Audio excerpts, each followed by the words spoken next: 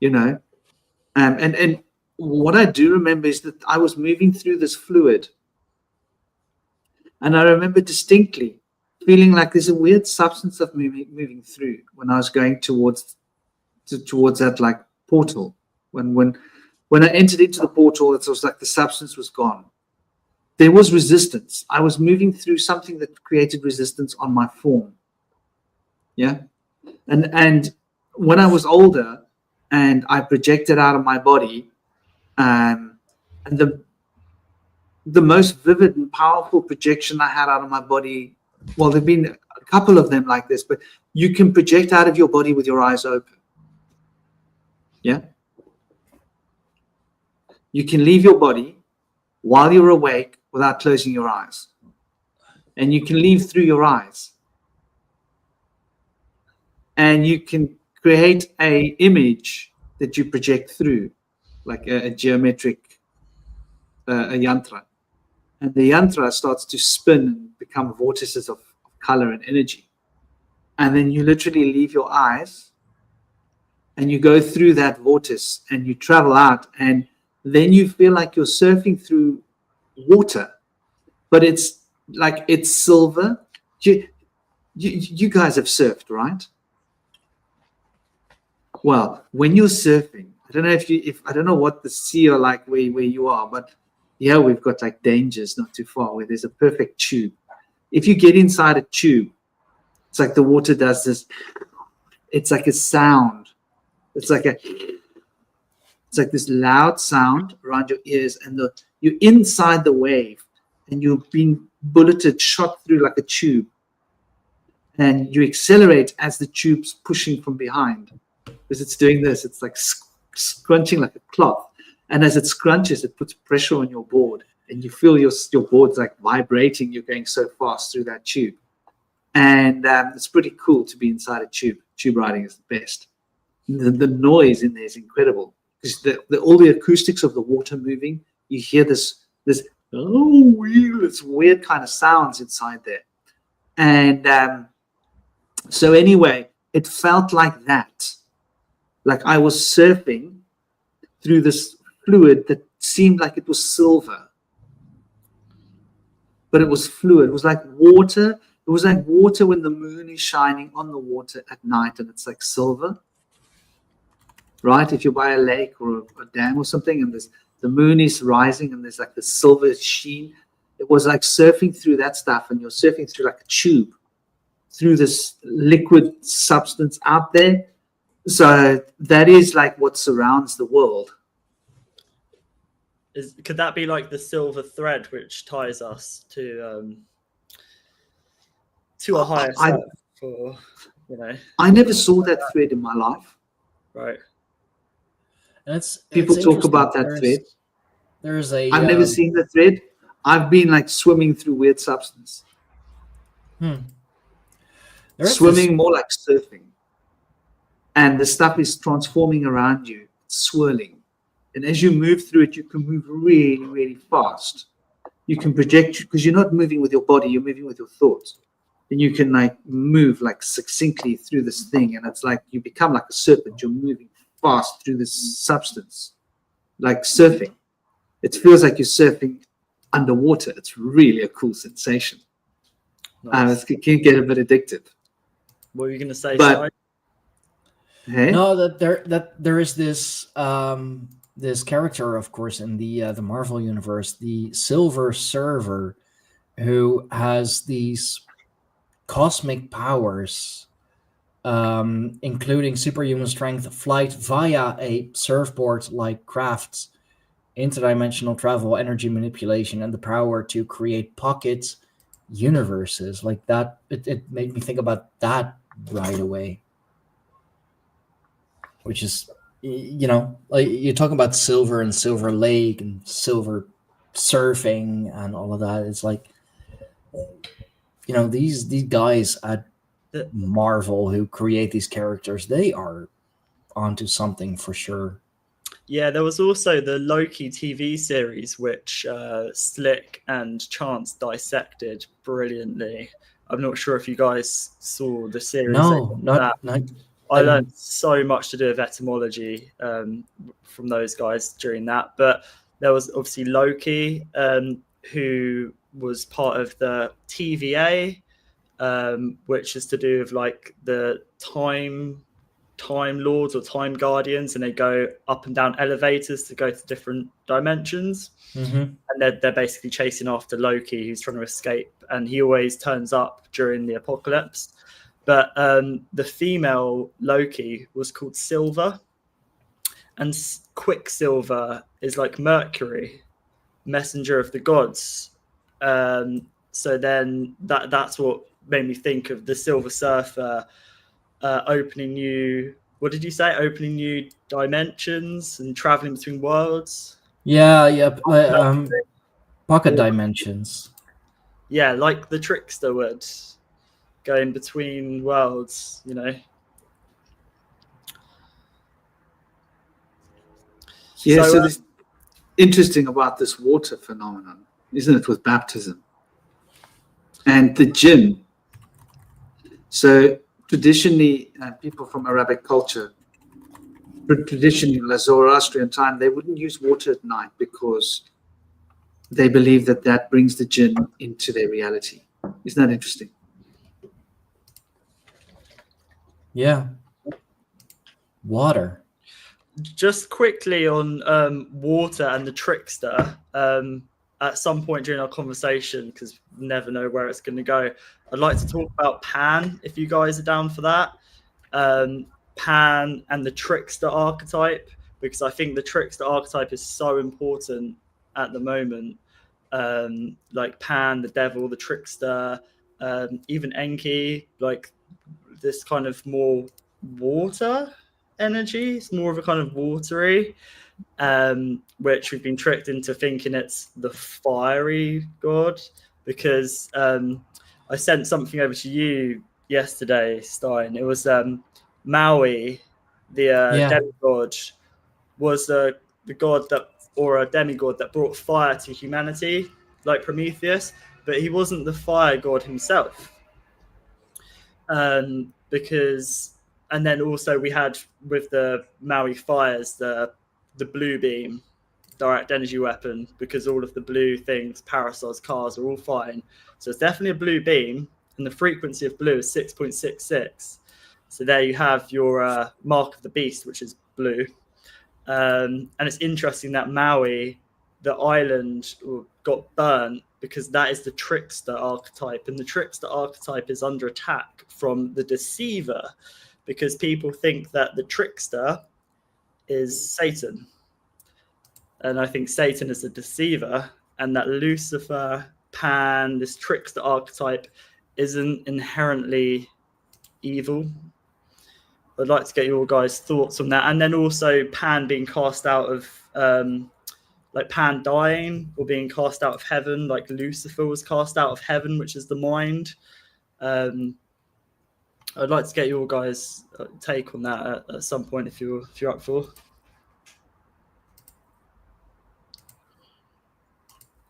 Well, I think that's really interesting. You know, the first thing that comes to mind is panpsychism. And I think like this brings us to an interesting point, like the whole idea of panpsychism. And I don't mean the version of panpsychism that is popularized by the localized scientific community. I mean panpsychism as it relates to specifically the idea that physical reality and mental reality are fundamentally connected, and they are an expression of each other. And, you know, our scientists, which are coming from the perspective of a mechanized physical reality, want us to believe that the psychic mental reality is an emanation of the physical reality. But the more traditional idea is that the physical manifestational reality is an emanation from the inner mental reality.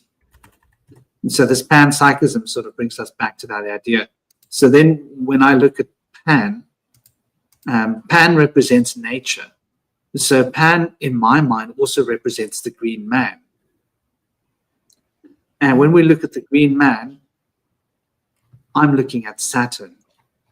the original green man, the original reaper of corn.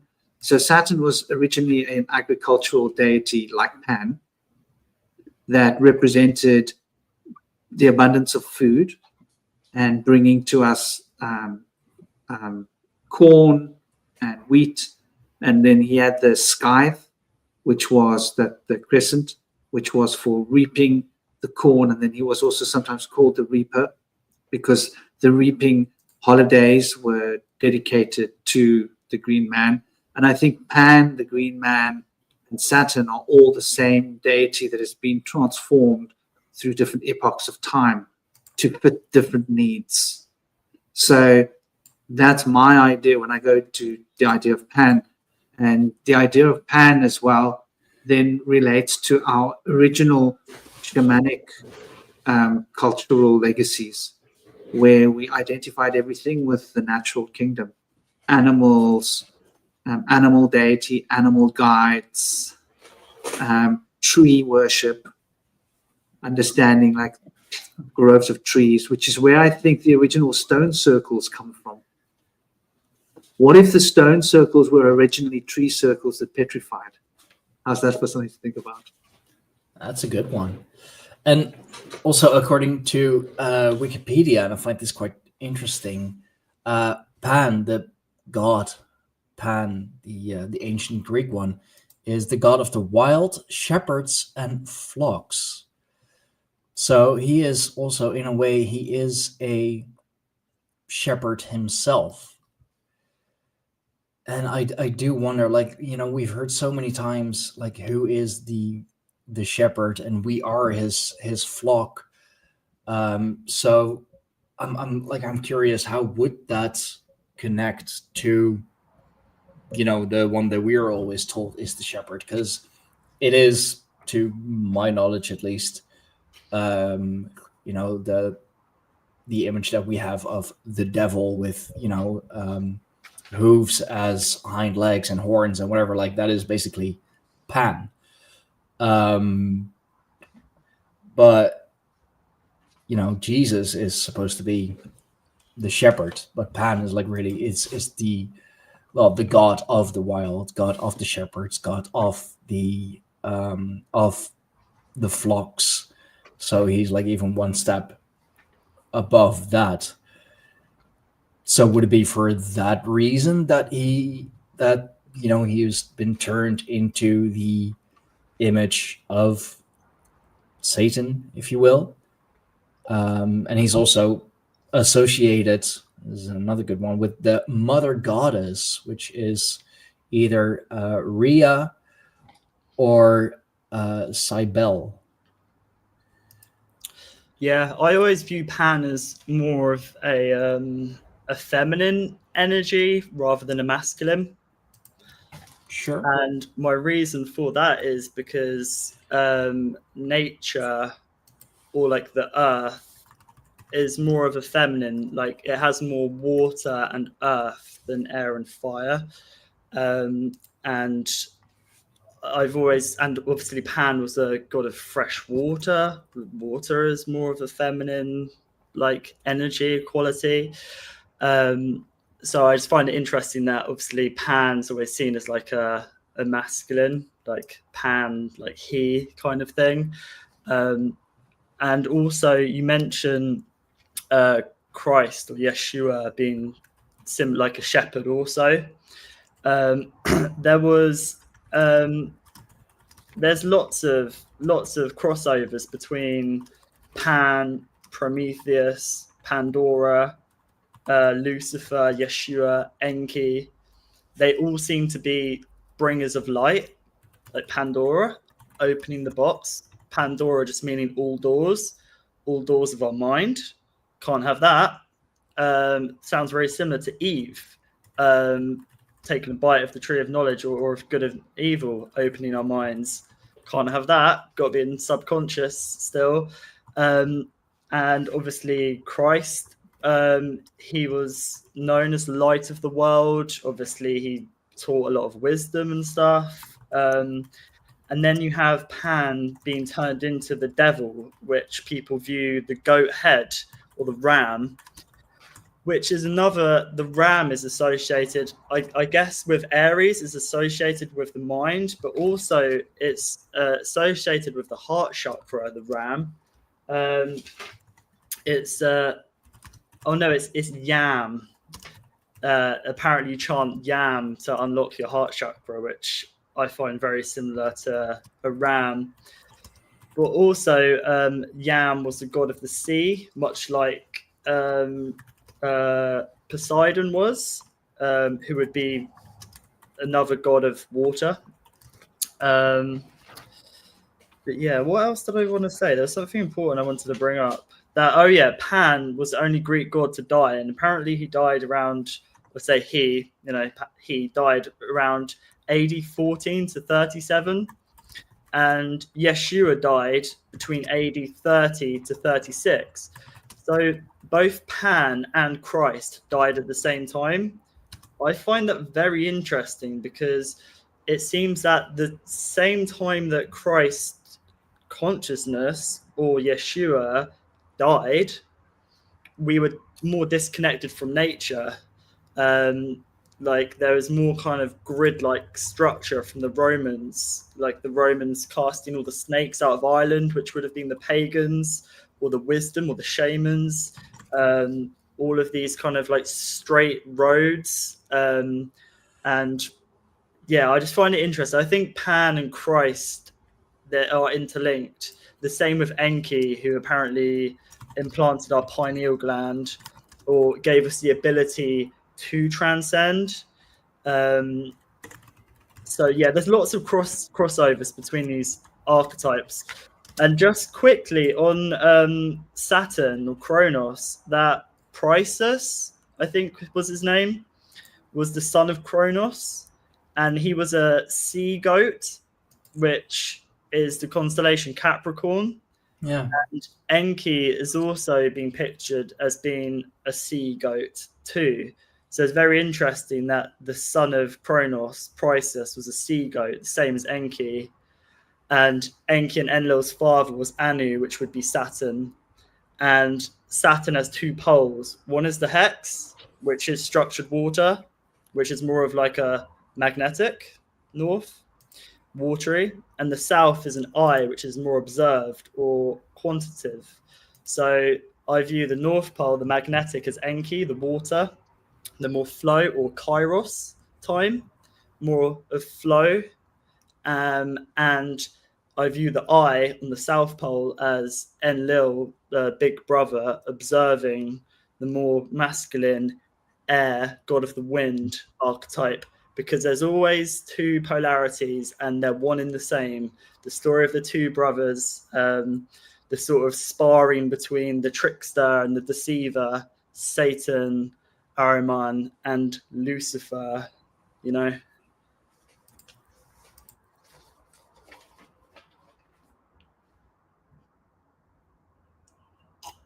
Yeah, I think that's very interesting, you know, especially when we look at Pan. His association, he's the goat man, isn't he? And got a couple of images here. And he was always sort of depicted as being related to goats, which is quite interesting. And that relation to goats. There's also another element. I mean, look at his feet, right? So this is like nature's representation.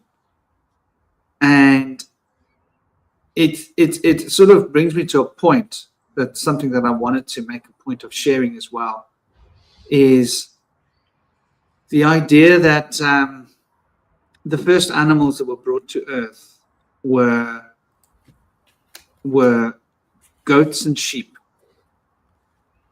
which I find quite interesting. Now we equate Emmanuel, and they use the word lamb. But I wonder whether, like, how can we rely on these translations? It makes so much more sense, right? So, okay, let's just look at this, right? So, Saturnalia was originally worshipped, right? So, what we have inherited are Saturn holidays, yeah? Just to be clear. So Saturnalia would have been the harvest festival. When would have been the traditional December the 17th was the beginning of Saturnalia. Now, we're looking at Emmanuel, the whole celebration of Christmas. That's the Saturnalia tradition, which is celebrating goats, just to be clear. And the goat is Saturn's emblem. It's his epithet. Pan's epithet is the goat. Pan has got the horn, the horns of the goat as well. And he's got the pipes. Now, the pan pipes make me think of Krishna, because his pan pipes are like literally playing the vibrations of the universe. So the pan pipes make me think about time and space, you know, coordinating the dance of life, the pan pipes, the dance of nature, the rhythm, the principle of rhythm, the fifth hermetic principle of rhythm regulates all of these rhythms, and time is related to rhythm, because rhythm is how time moves. So I think of Pan, I think of Saturn, I think of the goat. Then I think of Emmanuel being equated to a lamb, which doesn't make sense. He inherited the holiday of Saturn, Saturnalia, goats were being sacrificed, right? Then we look at this as well and we go, well, isn't it interesting that the people from whence the tradition of Judaism was being carried from more ancient sources, their sacred day was Saturn. Okay, Saturn, Saturday, Shabbat. Shabbat means Shabbatai is the word for the Saturn. Shabbat is the word Saturday. Shabbat begins Friday sunset, our time, till Saturday sunset, our time. In the old Jewish lunar calendars, the day begins with sunset. So Saturn is the Sabbath. So the Christians changed that to Sunday. Okay, interesting. So the original Sabbath that Emmanuel used to keep in the Bible when he speaks about celebrating the Sabbath with his disciples was Saturn Day, the day of the goat. And so you can see where we're going here. Has there been a mispronunciation when we speak about the lamb? Is that a linguistic thing? Is that a language thing? Because it stands more reason that there's a goat. So I think like it adds more credence to what you're saying, Shinobi, about Emmanuel's connection with Pan, connection with the goat. And it also, like, it begs the question, you know, why did Pan have to become the emblem of the devil with these goat's feet? Right? Because the early church then demonized Pan. And so they demonized Pan, they had to demonize goats, didn't they? Because you can't demonize Pan when he's half goat. He's a goat man. So goats had to then be associated with evil, which is Saturn, which ironically is the Sabbath. You see, there's so many holes in this whole propaganda engine of the Torah. Please. What I think has happened, I'll just say really quickly so you can jump in, Stein, is that I think that they've tricked us into not looking into Saturn, because Saturn governs time and space and boundaries. And I think it's a very powerful archetype. And the Sabbateans don't want us using the power of the Baphomet, the as above, so below. They want to scare us from looking into Pan, looking into Enki, looking into this sort of goat head, which represents wisdom. And I think they've tricked us into fearing this. Like the Baphomet is called the devil or Lucifer when it represents wisdom. People call Lucifer Satan. And Saturn, like I said, has two poles. It has two potentials. It can either be like its metal is lead, but another way you say lead is to lead. And Capricorn is known as a leader. Goats climb to the top of the mountain. I think that Saturn is a very powerful energy. Saturn isn't Kronos. Saturn is chronological, or it could be flow time. Like when you're in a flow state, time moves differently. They want us to be constricted. They want us to think that it's only Kronos. They want us to think that these people worship Saturn, which they do, which we should probably be in alignment with also. But they've they've separated us from these gods, guardians of dimensions, that is, of which Saturn is the guardian of time, the fourth dimension. So these people, these dark sorcerers, are very clever because they've sort of managed to funnel our energy and take it for themselves.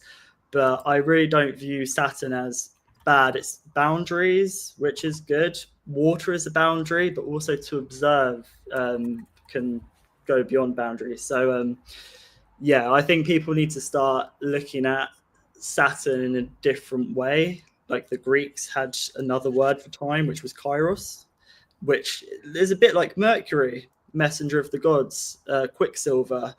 But, you know, so yeah. You were Shinobi. You were talking about how you feel like Pan is more of a feminine energy, and that made me think of the Baphomet, actually, who is, of course, the perfect alchemical being. And if you apply the Judaic cipher to the name Baphomet, you come to Sophia, who is the ultimate mother goddess, of course. Yeah. And Lamb made me think of something else. I do love the occult, as many know. That was also a spiritual entity, if you will, that kind of looked like a gray alien that was channeled by the infamous occultist Aleister Crowley. And like it is, I'm not sure if it like gave itself the name Lamb, or that is just the name that it goes by, but it was supposed to be some sort of demonic entity, which, as I said, like really resembled a gray alien. Now, I do know that there are, I believe, some incredibly far-fetched theories that, God or Jesus or whoever is not of this earth. And, it's also, of course, going into the supposed galactic council, which is a council of alien races that are the I guess the true guardians of the galaxy, if you will. It's nice how they bastardize that, go Marvel, $1 billion business with shitty CGI. Like there's so much, but like going back to Baphomet, at the same time, Baphomet is also kind of a light bringer, like because of the torch that sits between the horns. It is the the ultimate light. It is the fire brought to man by was that Prometheus? No, who was the fire bringer again? I believe Prometheus. Maui was one, and Prometheus was another. Yeah. All around the world, they have different names. Yeah.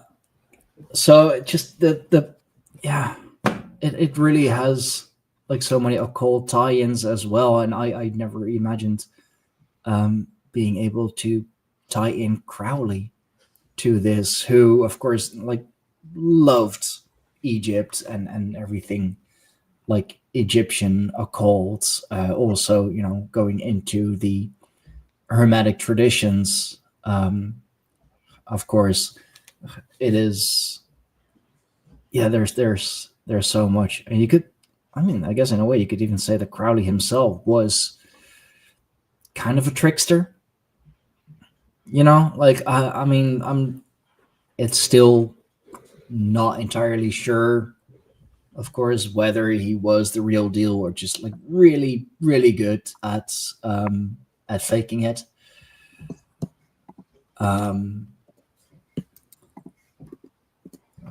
Yeah, I I needed to get all of that out. Oh, and this is another thing.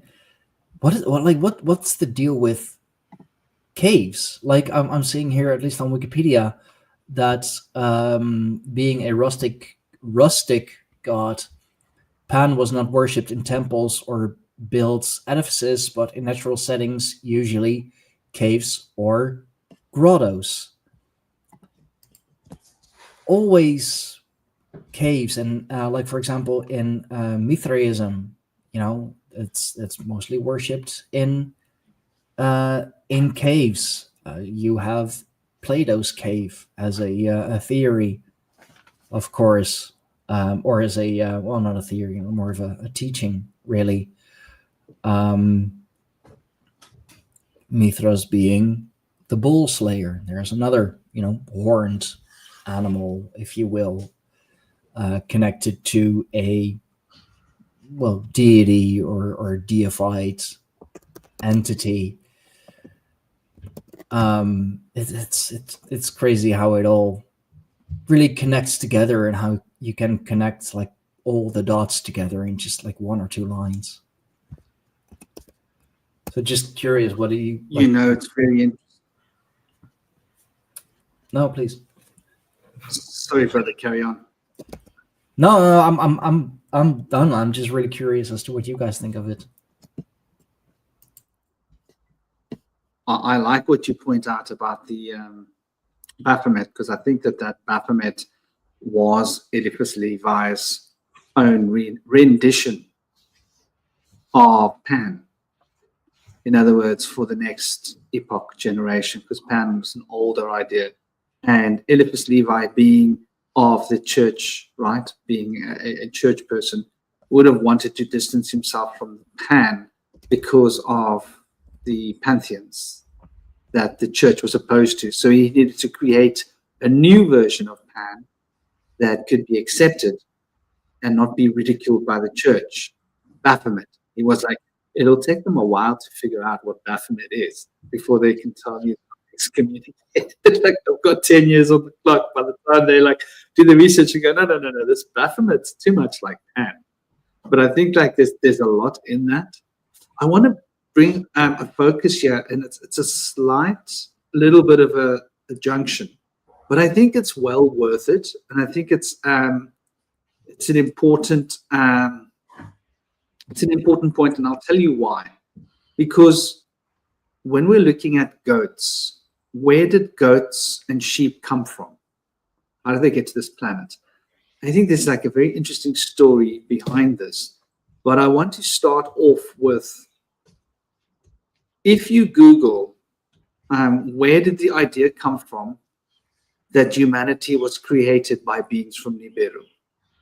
And I just, for people to understand this is really important. So let's say I Google and I say, where did idea that humans were engineered by beings from Nibiru come from?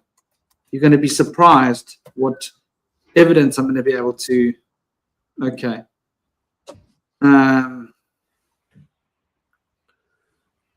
Okay, now they're talking weird nonsense here about eugenics. Very, very weird, because I didn't mention eugenics. I don't know how Google did that. Let's say by the Anunnaki, which obviously is a term. So yeah, they talk about how Zachariah Stitchin made up the story, and they readily go to debunk him, and there's so many experts who speak against him. Okay, so here I'm going to dig up a piece of ancient text for you guys. First, before we go to the ancient text, let's see who the guy behind translating this text is. So here we have Torek Peter Rudolf Jacobsen. He was a Danish guy, 1904 to 1993, right? He was a historian specializing in Assyriology and Sumerian literature. He was one of the foremost scholars of the ancient Near East. So let's let that sink in for a bit. He was one of the foremost scholars. Naturally, he had an MA from Copenhagen University. He came to the USA. He studied at the Oriental Institute, and then was at the University of Chicago, where he got his PhD. He was the field Assyriologist for the Iraq expeditions of the Oriental Institute, which is a wing of Chicago University. He served as the Dean of Humanities Division from 1948 to 1951. So this guy was not some conspiracy theorist. He was not some nobody. He was the professor of Assyriology at Harvard University, right? Until he retired. He was considered an expert translator and a brilliant interpreter whose insights led to deeper understanding and appreciation of the institutions of normative references of Sumerian and Akkadian culture. Right, so now we know who the man he is who translated the manuscript I'm going to pull up now. Let's take a look at this manuscript. It gets very interesting. And this is going to sort of give us an insight into how we've been lied to by propaganda. So this is a text which is the translation of the Eridu Genesis, right? Now, the Eridu Genesis is one of the tablets that's Stitchin translated, that he's been given so much flack for. So let's see what this experts. So here we can see this is the journal article, and this is his translation. This 1989 version was written by Thorek Jacobson and was where he coined the term Eridu Genesis. He actually named this particular tablet. So here are the bits. Now, some of the bits, there's missing 36 lines, which we can't see, which he couldn't decipher because they weren't complete. Then he's talking about how Nintur was paying attention. Let me bethink myself of my humankind, forgotten as they are and mindful of mine. So Nintur is basically speaking, and they're talking about how they came out of the cities, how she had given directions for purification and cries of quarter, and that they had to find special regions for the divination. When An, Enki, Enlil, and Nunhirsaga fashioned the dark-headed people, they had made the small animals. And I want us to just stop and look at this, right? So this is this guy, right? This is this guy, Thorek Jacobson's translation. Now understand that this translation was done in the 50s. And in those days, when you say the word fashioned, it meant created, right? That's what the word fashioned was used for in those days. So here we have him directly specifying that when An, Enlil, Enki, and Nunhirsaga, which is exactly the story in Stitchin's story, fashioned the dark-headed people, they had made the small animals that came up from out of the earth, come from the earth in abundance, and had let there be as benefits, gazelles, donkeys, four-footed beasts. So what we've got is this habit of Stitchin being attacked by other so-called experts that never, ever present an alternative translation of the texts that they're knocking him for, right? Not once, ever, have I ever seen any of these experts ever produce an alternative translation of those tablets. They just say he's wrong. That's it. Yeah, he's just wrong. Blanket statement. Now we've got the premier guy who was like the top honcho of Harvard University and one of the most proclaimed and celebrated of Sumerian expert translators, translating one of those tablets, very clearly saying that humans were created by these guys. Isn't that interesting?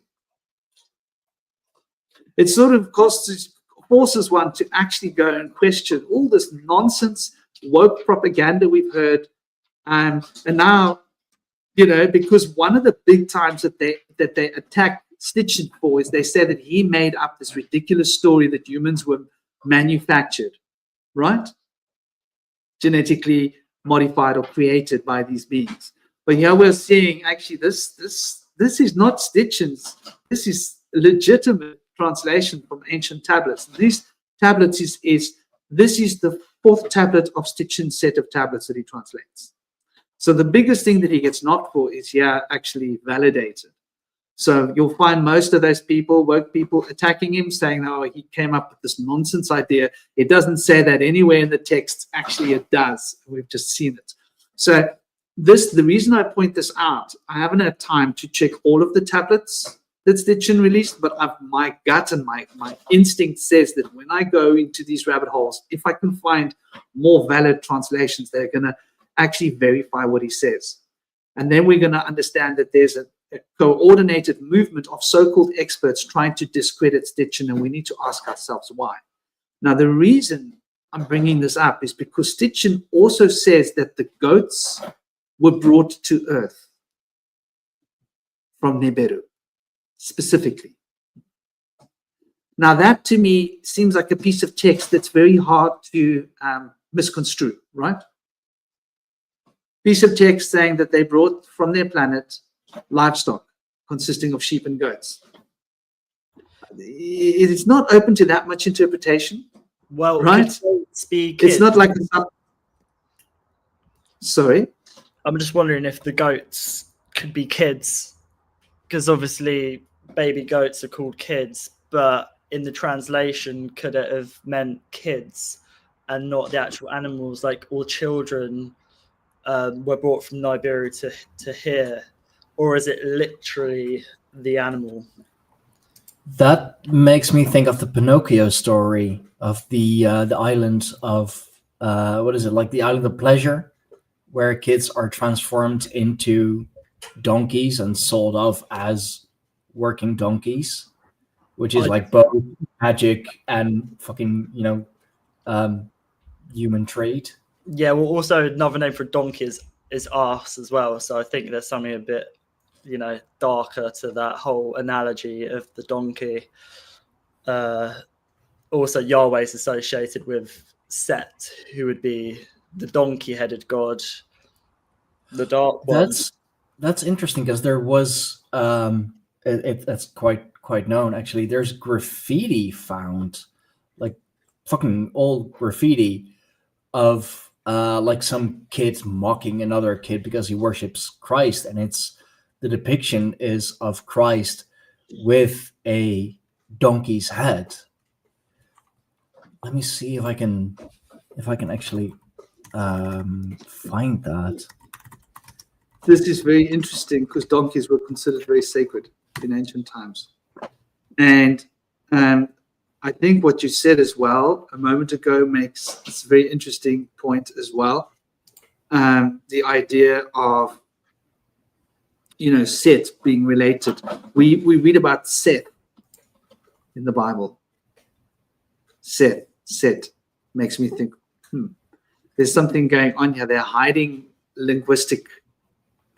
truth linguistically behind words and recharacterizing certain ideas and people to embody certain beings. And maybe these beings were. But here's the interesting point, like if these donkeys, and isn't it interesting that they specifically mention that in that text, right? Which is really interesting. Gazelles, donkeys, four-footed beasts in the desert. And so when we look at this idea and this concept, so when we look at this concept of them bringing these animals here, and the word that you say, kid, relating to a baby goat, originally they were sacrificing the goats. It says in the Sumerian chronicles in those tablets that the humans would sacrifice goats to appease the deities. It says it in the Akkadian text. It says it in a lot of different places. So goats were offered. Then, at some point, the Semites were doing that with their eldest children, weren't they? That became a thing. Even Abraham was carrying on the practice of his forefathers, which was to take your firstborn child, strap them to a rock, get out a good old sharp blade, and get working on your boy. That was all done for the deities.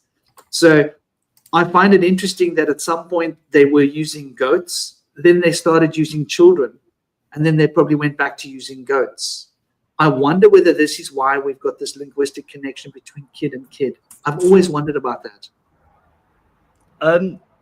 It's very interesting you bring up sacrificing the firstborn, because I think was Enki the firstborn before Enlil? Was Enki born first, but then Enlil took his birthright? Hold on. Because that would make a lot of sense to me, because with the epic of with Esau and Jacob, I find a crossover there of Esau being born first, but Jacob tricking him out of his birthright. I think it's a similar story with Enki and Enlil. And Romulus and Remus. And many more. It's the two brothers, the two twins. It's the same essence, the same story. And also, as well, I'll mention Esau killed Nimrod. The Rothschilds claim to be of the line of Nimrod. The Prince William here is clearly Rothschild's son. So he would be Nimrod. And then you have Harry, who has red hair like Esau. Like I think Enki had red hair. He's more. I see him as more of a kind of Celtic sort of deity. I'm pretty sure Enki had red hair. I can't remember where I saw that. My point in this is that Esau married somebody which his father was against, so he didn't get his birthright. Enki married somebody, a concubine, who Anu didn't like, so he lost his birthright. Prince Harry here in the UK married Meghan, who isn't completely white. She's mixed race. So he was outcast of the royal family. And then you have the older brother, William, who's of the line of Nimrod. And there was a fight between Esau, the red-headed one, and Nimrod. I just find this all very interesting. There's similarities all through history and in the present day as well. Have you found whether Enki was the firstborn or not? Because I've seen information. I believe Enlil was older. I double-checked it because it made me doubt myself. I was like, no, Enlil was older. No, Enlil was the older one, but Enki made a claim. Now, there was this claim of birthright. This was why they were marrying their sisters, right? And this is quite like clearly explained in the first of the series of tablets of the story of Enki, which was that on their planet they had wars, and after the wars, the North and the South were separated. And then the North and the South made a treaty. And that treaty was like, one of your people will marry one of my people. You know, that old story, we've done it on Earth a lot of times. And their marriage and union would join our two cultures and we could become one people, one planet, peace. All of that nonsense. Well, you know, that idea. And then those offspring started marrying other people. But then at some point, in order to keep the bloodline pure, the brothers and the sisters started getting married and having children in order to have the purest bloodline of that original bloodline of An. And of the bloodline of An, who was the first king.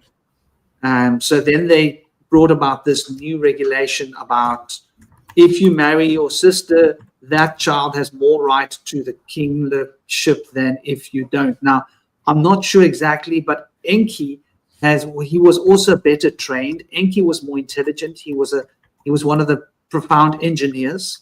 He had a lot of ancient knowledge more than Enlil. So he had agreed to go to Earth first. That's why he was the original. He was originally Ea, and he became Ea Anu Ki. Ea of Anu, Lord of Ki, Earth. So Ea of Anu, Lord of Earth. Ea Anu Ki. Ea Anu Ki, Ki, Enki. So that's like 3 epithets put together. But so yeah, it was when he went to Earth, he went with all that knowledge of how to mine the gold. And he was the guy who was the preeminent engineer who was going to figure out how to get the gold out of the earth. He was also a developer and a scientist. That was why he was the first overlord of Earth, until he couldn't get the gold fast enough. And his brother then complained to his father and said, I'm the eldest. I should be in charge. Why didn't you send me? I'll sort it out for you. So then Enlil got sent to Earth. And then when he arrived, he took over lordship of Earth, at which point Ea Anu Ki got stripped of the title Ki, and he became Ea once more. This is why the later texts of the Arcadians once again call Enki Ea, because without that title, he was once again just Ea. And so Enlil would have then been Enlil Lanuki, of Anu, Lord of Earth. So I think that's how it worked. And we still to this day used to speak about like Sir John, Lord of, or son of, Henry, ruler of England. It was sort of how we used to use titles. Yeah. That's my understanding of that. Yeah, it seems like carry on. There's a cosmic drama here that's always playing out, because I see Enki as associated more with the heart. And the reason for that is that the heart is an anagram of the earth. The heart chakra is a hexagram, which is structured water. Enki was a god of fresh water and the earth. And Enlil being the god of the wind, the mind. So you have one of the mind and one of the heart. And I think our hearts and our minds are always at war. And I think now in the world, the energy of Enki or Pan is being suppressed. And the energy of Enlil, the wind, the mind, AI, Ahriman, is strong in the world. And I think that we've spoken before about this, Steinforks, is that AI is a tool, and then to use it, we have to be wise, which is a balance of the mind and the heart, the knowledge and the intuition. But they've managed to suppress our intuition, stop us going inwards, so we look outside for guidance. And I think that AI is a tool. It's not evil. It's not the Antichrist. AI is not this evil thing. It's just a tool that we're being manipulated because there's not much wisdom to be found in the world. From my perspective, there's a lot of knowledge, but there's not much intuition that people have. And also I'll quickly mention the two brothers. Another one is that Ahura Mazda and Angry Manu in Zoroastrianism, like they were birthed from Zervan, cosmic time, Zervan, Anu, Ahura Mazda, Enki, Ahriman or Angry Manu, Enlil. What happened in that story is that Ahura Mazda was supposed to be born first, but Angry Manu or Ahriman ripped its way out of the womb first. And I see that happening now with, like, now in the age of Aquarius, we should be, it should be this more of kind of this memory or ancient intelligence coming to the forefront. But instead, there's something which is this mechanical thing, unnatural, is trying to rip its way out into this world through matter, through the machine, through AI, through the physical, which some call Ahriman. And I think the powers that be are trying to usher and force this energy into the world. But the two brothers, the heart and the mind, or the yin and the yang, is being played out all the time. And there's similarities all throughout history, but we're in it now. Like we're in our Karma of Atlantis, I think, where AI or this machine could take over. It's like the hex versus the binary, the nature versus the mechanical is playing out right now, and it's being revealed to us. Like the apocalypse, the revelation, people can see it more clearly that this cosmic drama isn't just in the past, it's right now. So yeah, I mean, yeah, that is Aquarius. That is, the waters above. That is the knowledge being poured onto man. And you mentioned the yin and the yang, and that also like really makes me think of Pisces. Like if you go, like if you look at the symbol of Pisces, it is like both kind of the 69 giggity, but also like very reminiscent of the yin and the yang. So like, could it be that coming out of the age of Pisces, that we're kind of coming out of the age of duality into the age of Aquarius, with the knowledge being poured onto man? Yeah, well, I think in the age of Pisces, if you split it, it's Pisces. So the pi would be a circle, or pi would be the gate or the portal. And it seems in the age of Pisces, we were tuned into a different frequency. If you look at all the old world or Tartarian buildings, etc., we're on a different frequency. And I think when you mentioned the yin yang, that's the union of opposites. It's one and the same. Perhaps in the age of Pisces, there was more of a balance. Perhaps people had knowledge and intuition, so they were more wise. Hence, they were more in tune with the earth. Whereas now, we're on a threshold between one age and another, between one god and another. It's sort of decision time whether we want to give our energy to this or to that, so to speak. And the singularity mentioned with AI is like a singular, but it's not unity. It's more of a uniform. Whereas the yin yang would be a unity, like two together, duality, which is a singular, but the singularity is just the one or the other. Non-binary comes to mind with being not a balance of both, but being neither.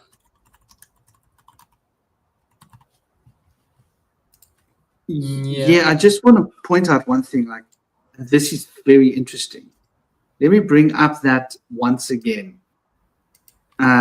So this is that we're still with this English translation by Toril Jacobsen, right? And so he goes through the stone tablet, and this is his translations of the stone tablets, right? Then it comes with the entire thesis that he wrote is with all of these 9 pages. 9 pages. When we look at the 3rd page of what this Turuk guy wrote, just let me point something out to you. This is going to be, in those days, a child spent 100 years in diapers.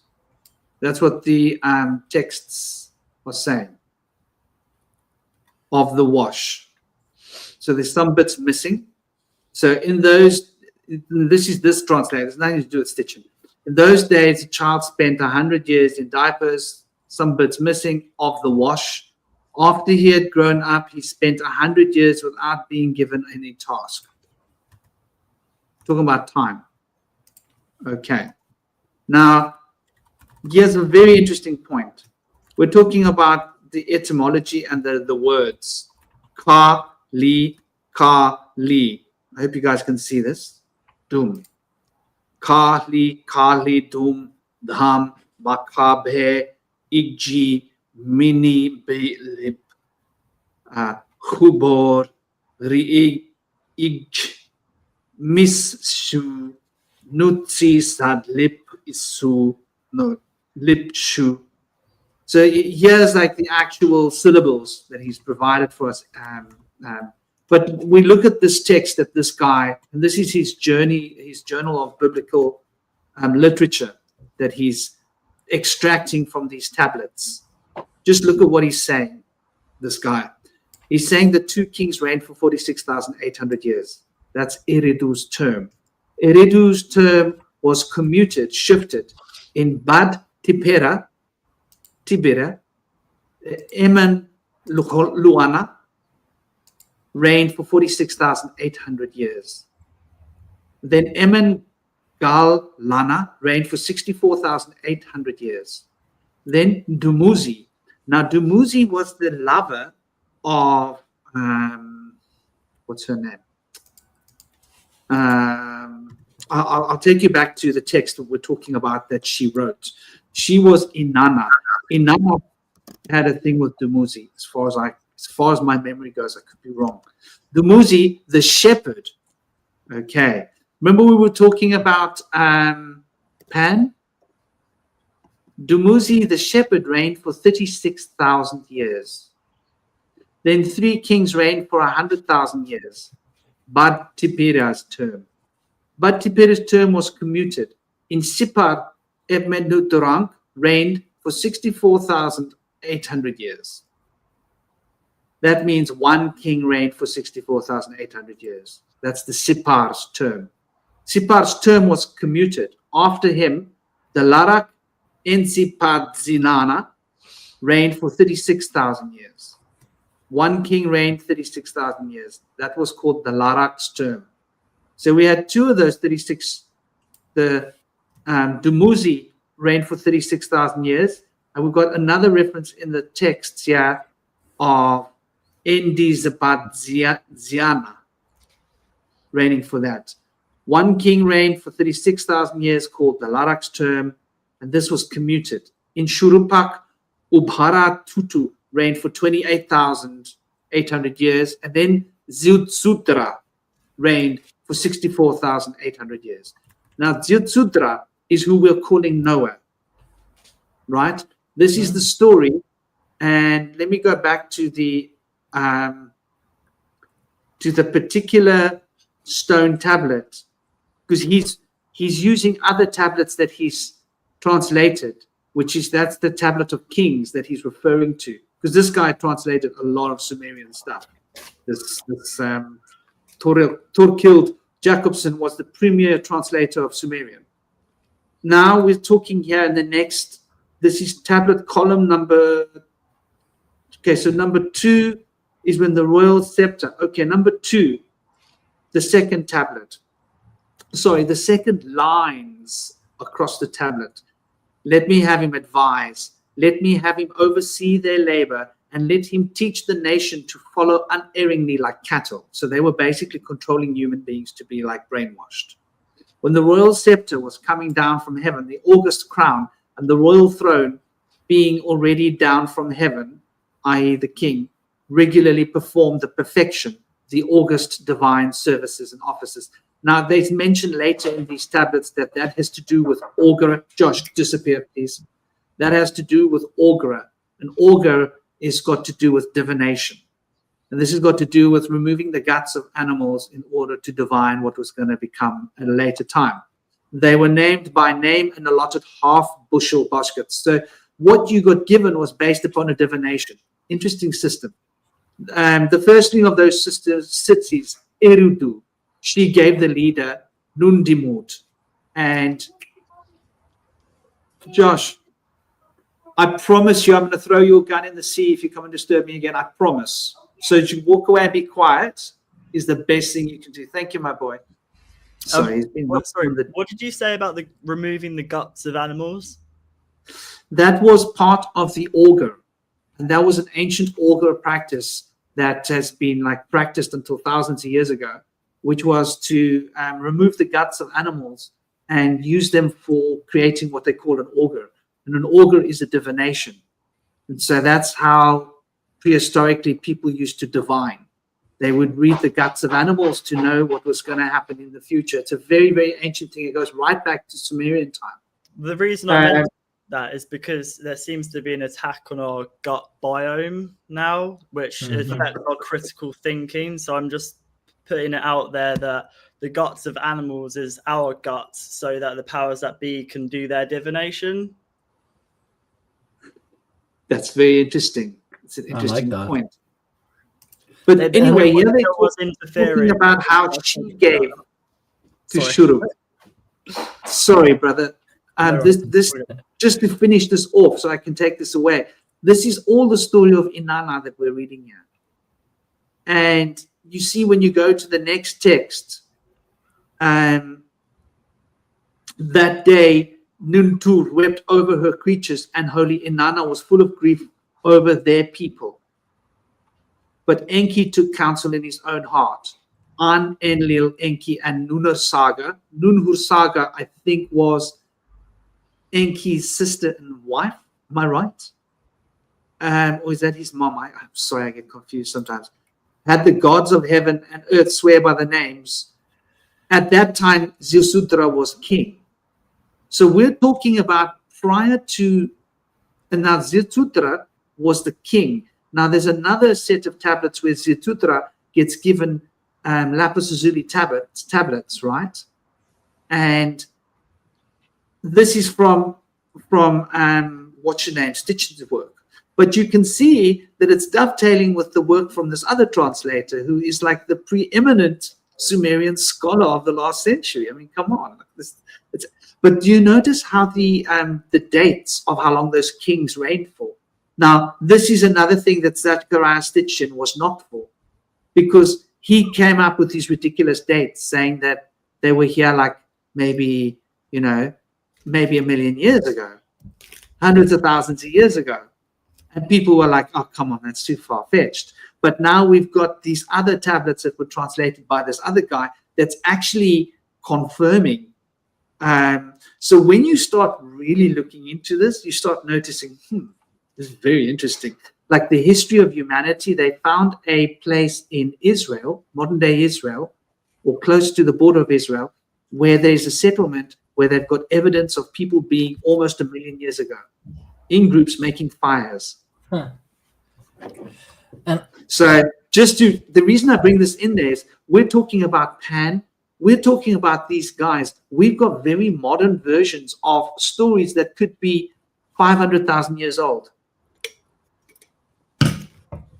And also, like I looked up Dumuzi real quick. He, by the way, he is indeed the first and primary consort of the goddess Inanna, later known as Ishtar. However, that is kind of disputed.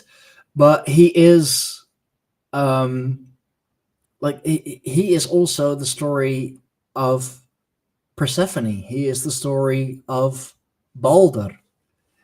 It's just his Greek equivalent is Adonis, who is the in Greek mythology he's immortal, but he's the mortal lover of the goddess Aphrodite and Persephone, who spends half of her time in here on Earth and half of her time down in Hades, because Hades is the realm, not the god. And it's in Sumerian mythology, it was Dumuzit who spends his half the year in heaven and the other half in Kur, which is the ancient Mesopotamian underworld. Roughly parallel to the region known as Tartarus from the early Greek mythology. So if it is like adjacent to Tartarus, would that make him a Titan or Titan-like being, perhaps? Because it is in Tartarus where, according to the mythology, the Titans were locked up.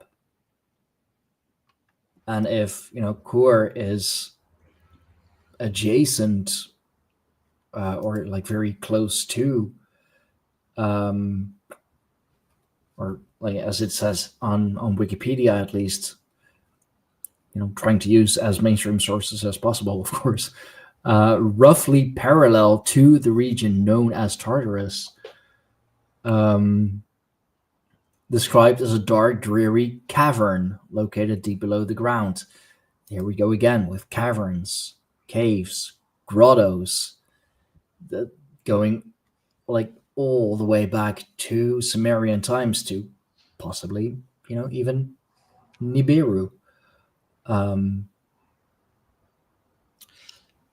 Yeah, I've always So I'm just curious, like, could he be like a Titan or Titan adjacent, perhaps, if that's a thing?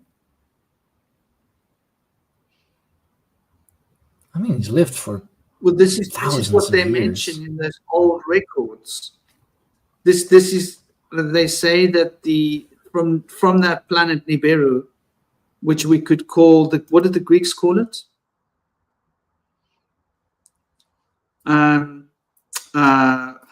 Why's my brain got blank?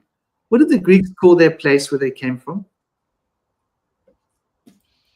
Greece. Where did Zeus live? Why have I gone drawing a blank? Well, the Greeks had a special place where these gods came from. Mount Olympus. Mount Olympus. Mount Olympus, exactly. Olympus. But no one could go there except if you had a Pegasus. And only Mercury was able to cross the threshold to get between here and there. Now, that's an interesting story. Then, according to the Sumerian, there was a place somewhere else where they came from to here, and that's where they went to fetch their sheep and goats from. So it's not just a metaphorical place as an idea, as a concept. According to the old text, they brought goats here, they brought sheep here, they brought certain food plants here for agriculture, stuff that they were used to eating, right? So, like, it's not just a metaphor. And if that's the case, then goats are a metaphor. I mean, every time you see a goat, you're looking at a metaphor, right? According to the stories that they're telling, either the whole story is just made up and fabricated nonsense, or there's something more to the story because there's evidence of the story. But so the point I'm making is that these beings that came, they mention the size of 10 to 14 cubits, right? So they mentioned 10 to 14 cubits tall was these Nibiru people, the ruling caste of Nibiru. Then they say that they brought the Igigi, who the Greeks called the Grigori. And the Grigori, according to the Greek stories, came down to earth from the heavens. But according to the Sumerian story, the Igigi had been stationed on Mars and they were brought to earth from Mars, down from the heavens. And the Igigi were bigger than the ruling caste of Nibiru because there were lots of races.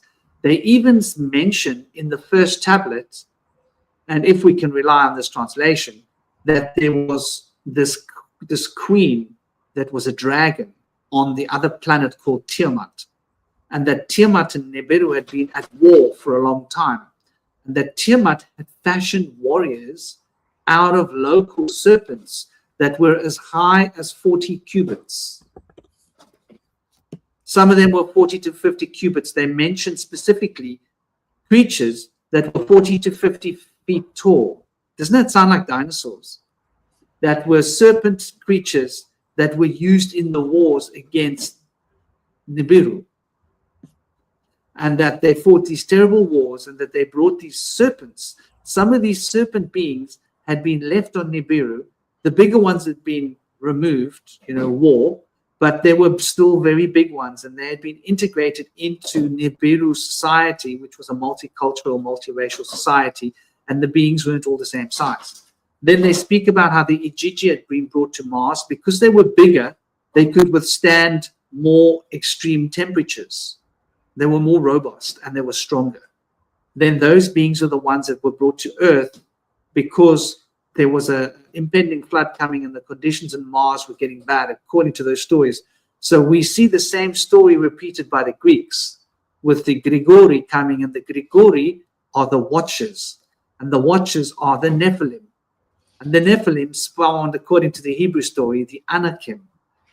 And so the Anakim, spawned from the Nephilim, are the same Grigori mating with humans to make the Titans. You with me? And so we look at the Greek stories of the Titans, and they dovetail with the stories of the Sumerians, and they also dovetail with the story of the Norse, the ancient Norse stories. This is why I often say, when people talk to me about ancient Norse, I'm like, you've got Saxon blood, right? I can see it in your face. Celtic and Norse, yeah. Yeah, I can see it in your face. And you're Celtic and Saxon. I've probably got both myself. And I must have. Because I've got Irish and Scottish, but I've also got Saxon, and they're mixed in. And anyway, those ancient Norse tradition that got absorbed into the Saxon tradition with the language of Germanic that became English. Because English came from Germanic, which comes from largely from Norse, root language of English. We want to talk about Greek. Why, man? The Norse is way older than the Greek.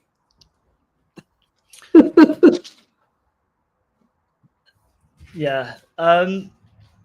Yeah, that's really interesting. I think that a lot of people seem to have Irish blood in them, or Celtic blood, like a lot of people. It's a small place, right?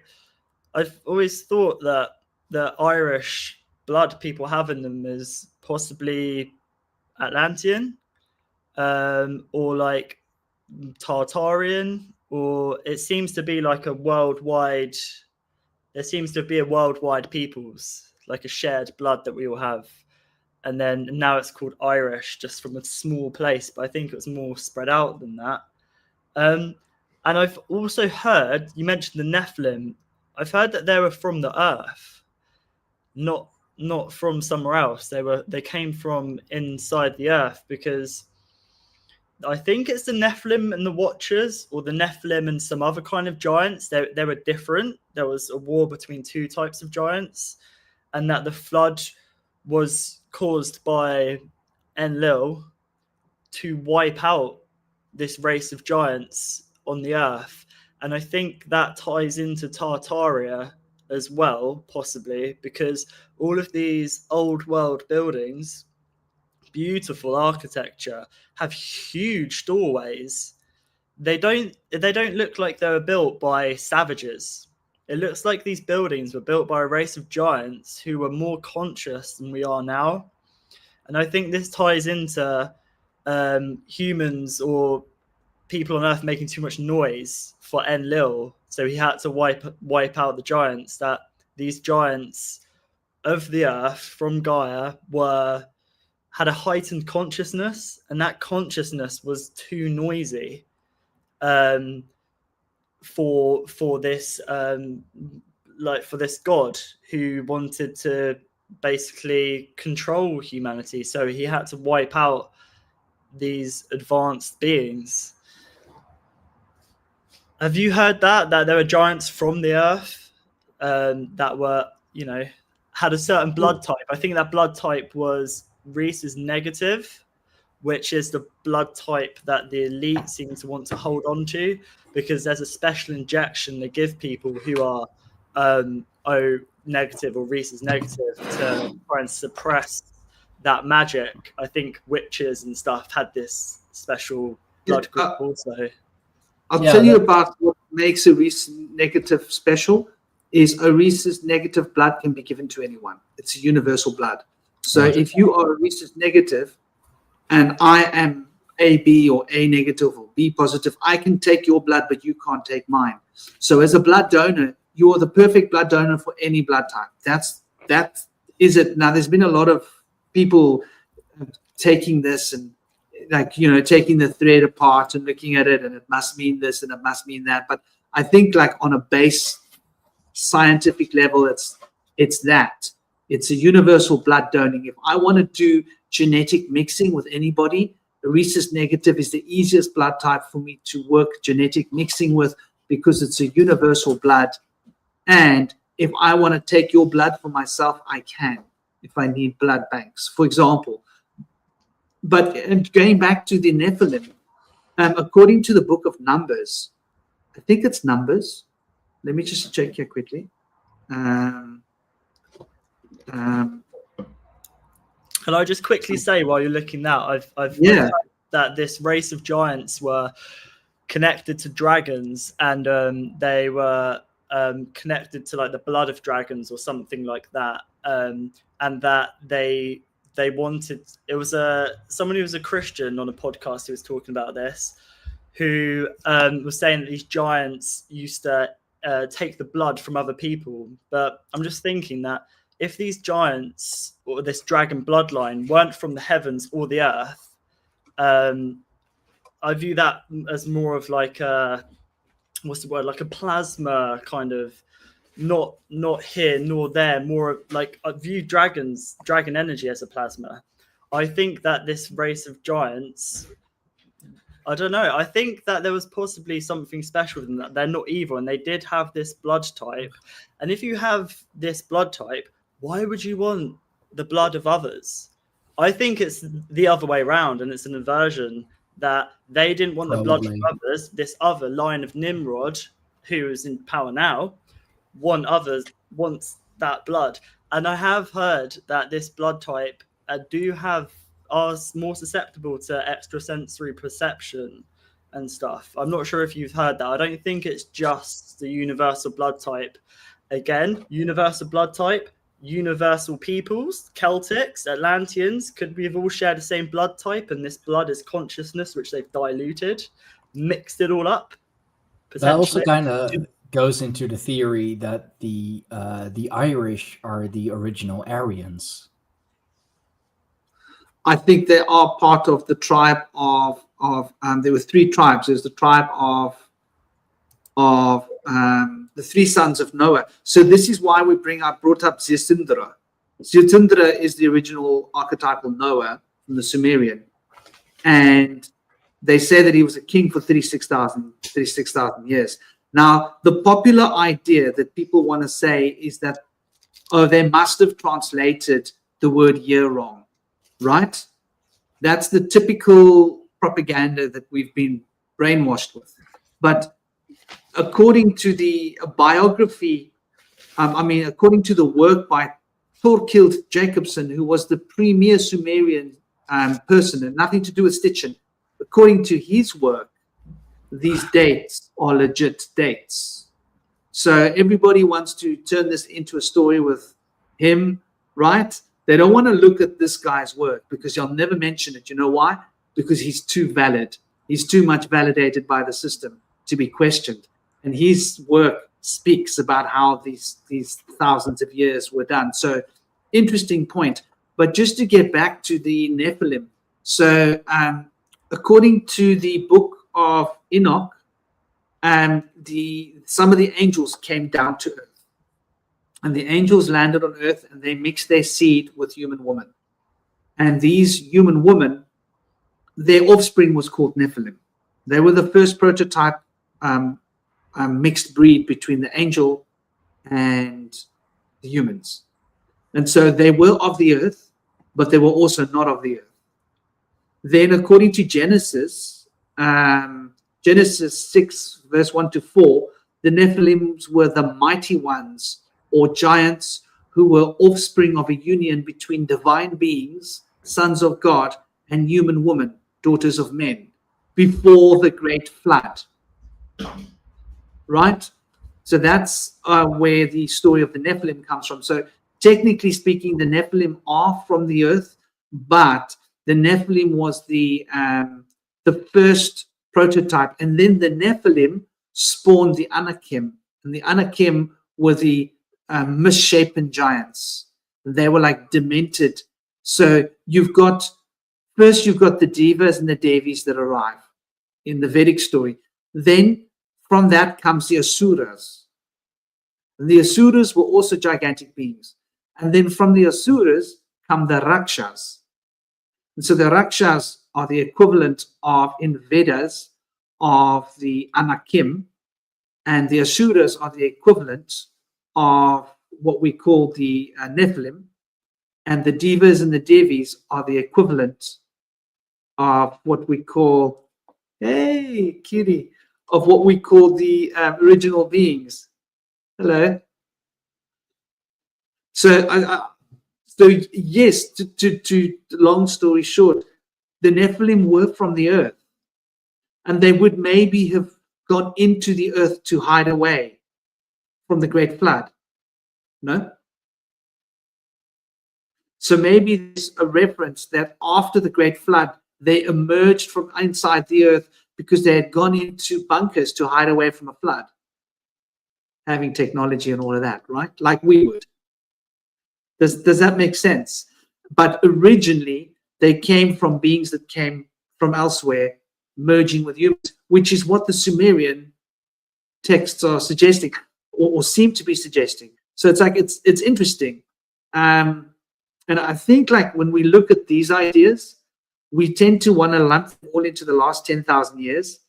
But I think that this other find of this oldest settlement, and by the way, these anthropologists and historians are completely mind blown because they're having arguments within the community. One group of anthropologists are saying that they were hunter-gatherers, right? But you know what there is?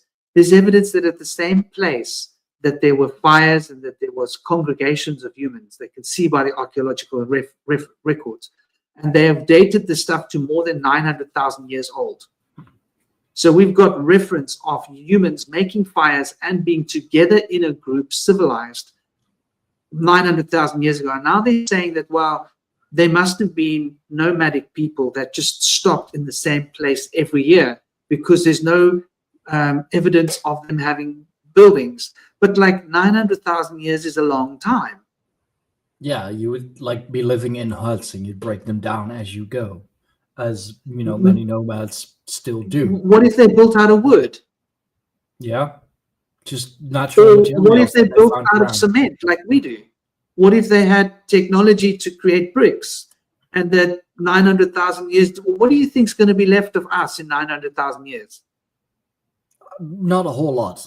I'm gonna assume not the way. There'll be nothing left. There'll be a desert. Think about it. Like everything that we built, our houses don't even last 150,000 years. Oh no. Oh no! Like with a bit of luck, they'll last 150 years, not 150,000. No.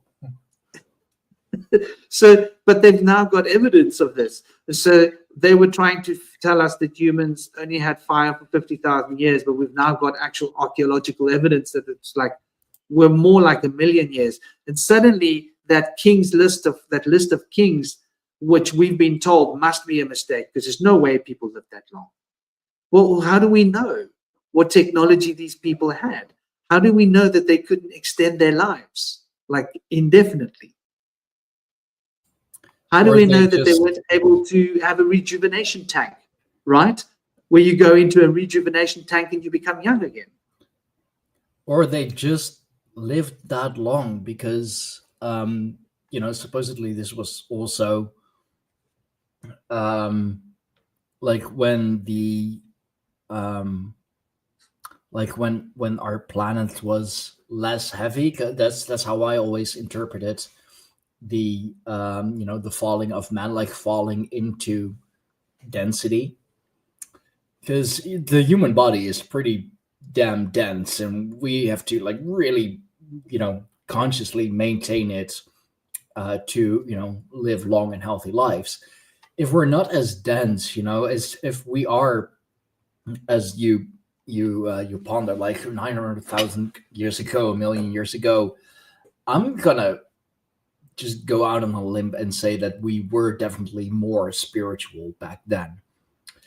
So what if we were like, if our bodies were more spiritual bodies as well, and we didn't need, to go through all this effort to live long, like we didn't need to like watch what we eat and work out plenty and move plenty and not, sit as much and all of that.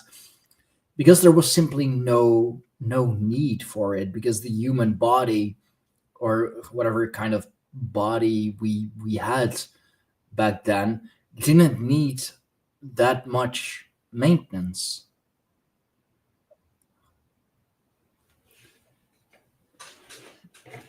Here's an interesting point.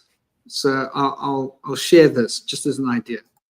So according to science, according to our experts, and you're right, you got me going down a rabbit hole here. So the mass of the Earth has barely changed.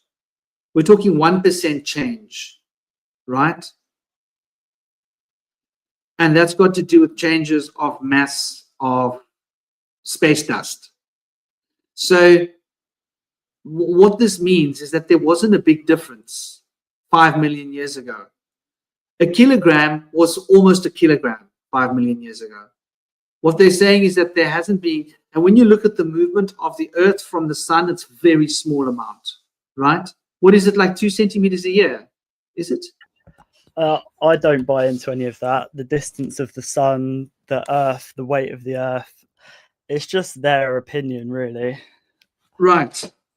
But here's the facts. We've got dinosaur bones, which we're calling dinosaurs, dragons, whatever we call them, that would not be able to support their own body mass today. How do you explain that? What do you mean by that? So, if there was a dinosaur today, it would collapse in a pile of flesh and bones. Yeah, because the Earth is more dense now than it was. Because no, that's just it.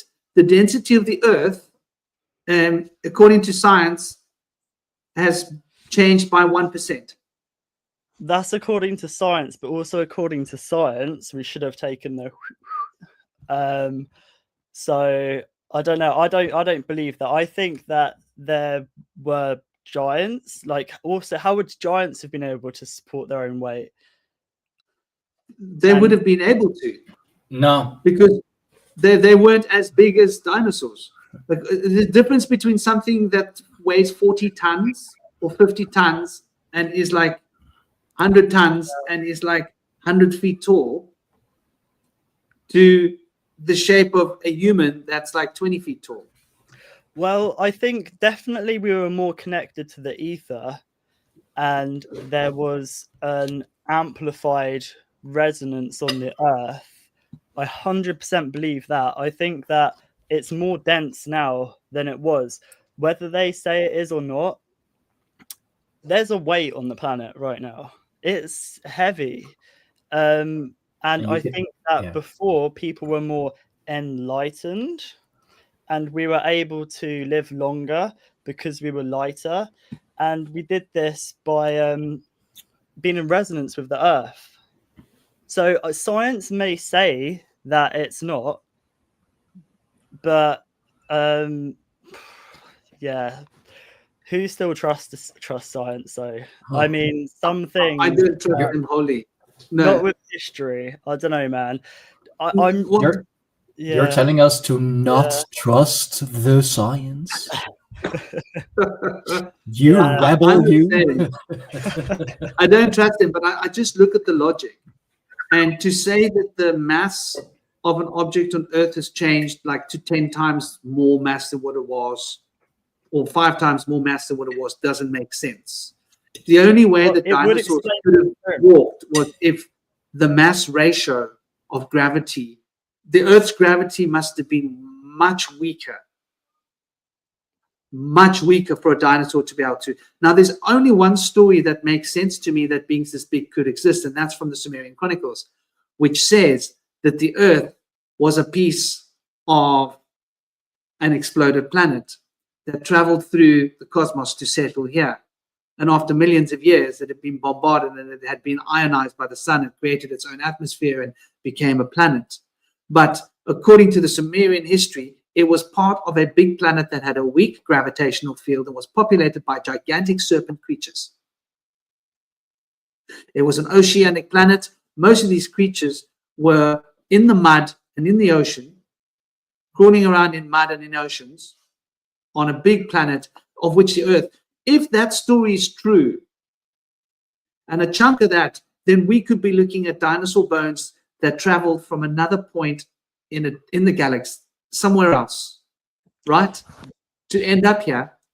And that was a piece of a bigger planet that had a weaker gravitational field that could support the idea of a creature that big carrying its own weight. It's the only logical idea would be the size of the planet must have been much bigger. That's certainly interesting, but that also buys into the whole space paradigm, that there are other planets and stuff, whereas a planet in French just means a little plane. Like there are different planes of existence, like not necessarily physical, but you know, I think that if the planet was less dense, it may explain the pyramids and these giant stones and blocks that have been found. Like that maybe they used resonance to levitate them, but maybe the gravity or the magnetism was less dense, or maybe the moon wasn't here. Who knows? But it's all interesting, that's for sure. And if that story is true, of a planet crashing into our planet, that also does make a lot of sense. That is certainly a possibility. Maybe that's why these dragon bones are found here. But also at the same time, in museums, there aren't actually any real bones. They're all casts. Most of them, And yeah. There's layers. There's multiple layers of this truth. That's because they've been hidden and stolen and hidden. Yeah. Because there's a lot of newspaper reports about bones being found, photographs, and historians discussing the bones. And there's thousands of newspaper reports of these. Where are the actual bones? Well, they went to a certain organization in the USA and they weren't seen again.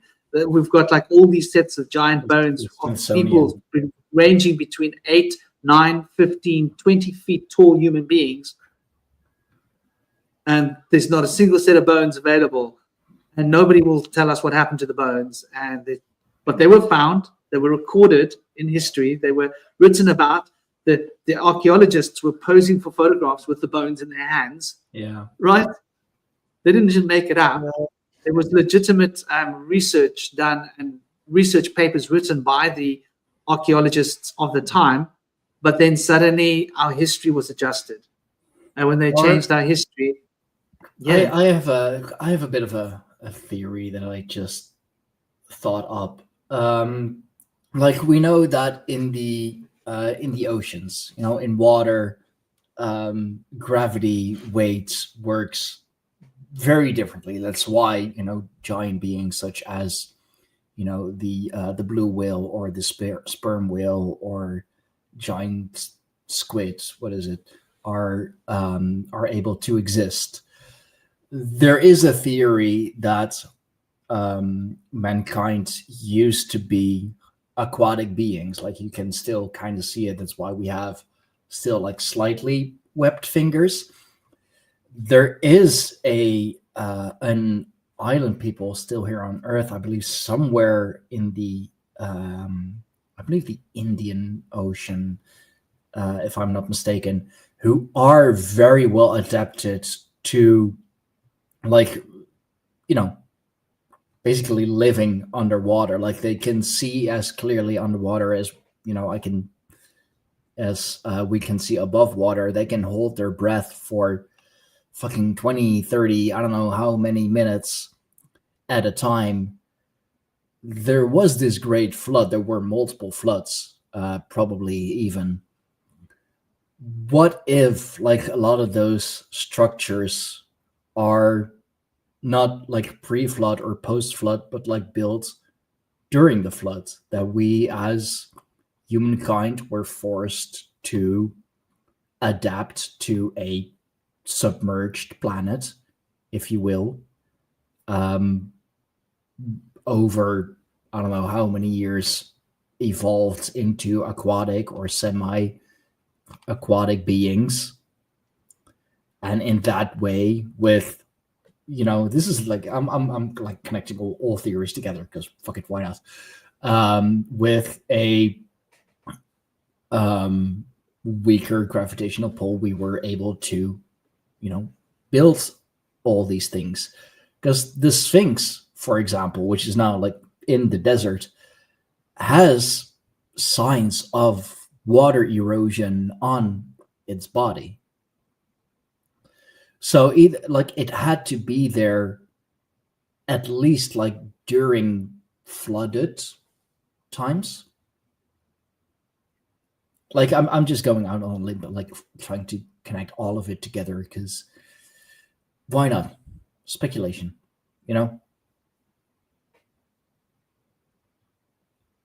I think so. I think that there's a lot of. I don't think we'll really be able to track, because like if we think about it, there's so much out there that we can't imagine. And I think about these dragons often. I think about the ideas of like what we call dinosaurs, and to me it makes sense. I think about the paradigm of earths and planes. I don't have a fixed idea of the nature of the earth. People find that strange. What do you mean you don't have a fixed idea? I don't. I think that we're experiencing consciousness, and that consciousness is evolving through the sphere of manifestation, and that consciousness manifests this physical phenomenon of reality.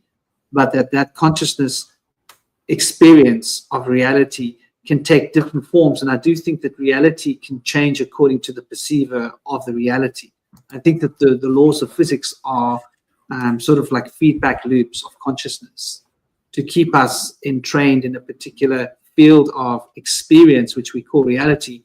So when it comes to the round, flat, concave earth ideas, I don't have a fixed idea of it. I think, well, maybe it can be different things in different circumstances for different people in terms of experiential. If magic really does work and we really can change reality, which is something I've experienced, then it means that the nature of reality is affected by the human consciousness, the minds, which causes us to ask the fundamental question, well, what is the nature of reality? If we are able to affect reality through our entrainment of thought, then is reality just an expression of thought? It must be. Otherwise, if it wasn't, you wouldn't be able to change it, right? So then that begs the question of, like, when we talk about like Earth moving, I'm not thinking of it as moving through the space that they've given us, right? Like it could be a subatomic field of space, if that makes sense. It might not have to be exactly what it is. I do think that like what they tell us is space might be more of a substance. The idea of a vacuum doesn't make sense to me. I think that we might be in like water or a kind of a watery substance that's out there. Who knows? I don't know. I haven't been there specifically. But and when I think about it, I think that it's inside out and that we're on the outside looking in, and that we're looking into the center and things are microscopic on the center. Then we're out here and we look bigger. But actually we're looking at small things that are actually bigger. And so this fractal nature of reality is that we're looking at tiny little things that are actually way bigger than us, because we're right outside there. We are the giants outside perimeter of reality, looking towards the epicenter of reality. And so we see this as like a reflection of solar potential or electricity or sun, or emerging from a vacuum, as we like to call it, or emerging from the point of what we call consciousness, emerging from the center. So then if a plane were to rupture and be destroyed, can these planes interact with each other? I think they can. I think that the planes and the planets in there are intelligent beings that can interact with us. And I think we can interact with them. And I think that there can be movement towards, I think we can become closer to certain plane or further from. And so I don't take the conventional model that the scientists have tried to shove down our throats, but I sort of sit somewhere between the extremes of, well, something but not like that, but something but not like this, some possibilities which I don't know the answer to. But I do recognize that I'm going to take action if this child carries on. So no. That really reminds me, like Go ahead. Yeah, no, I had a while ago now. I had a lovely lady on the podcast, Cassandra Deanne, and she is a like her thing is human design, and where have we come from and all of that, and she does a lot of work with that, channeling and whatever.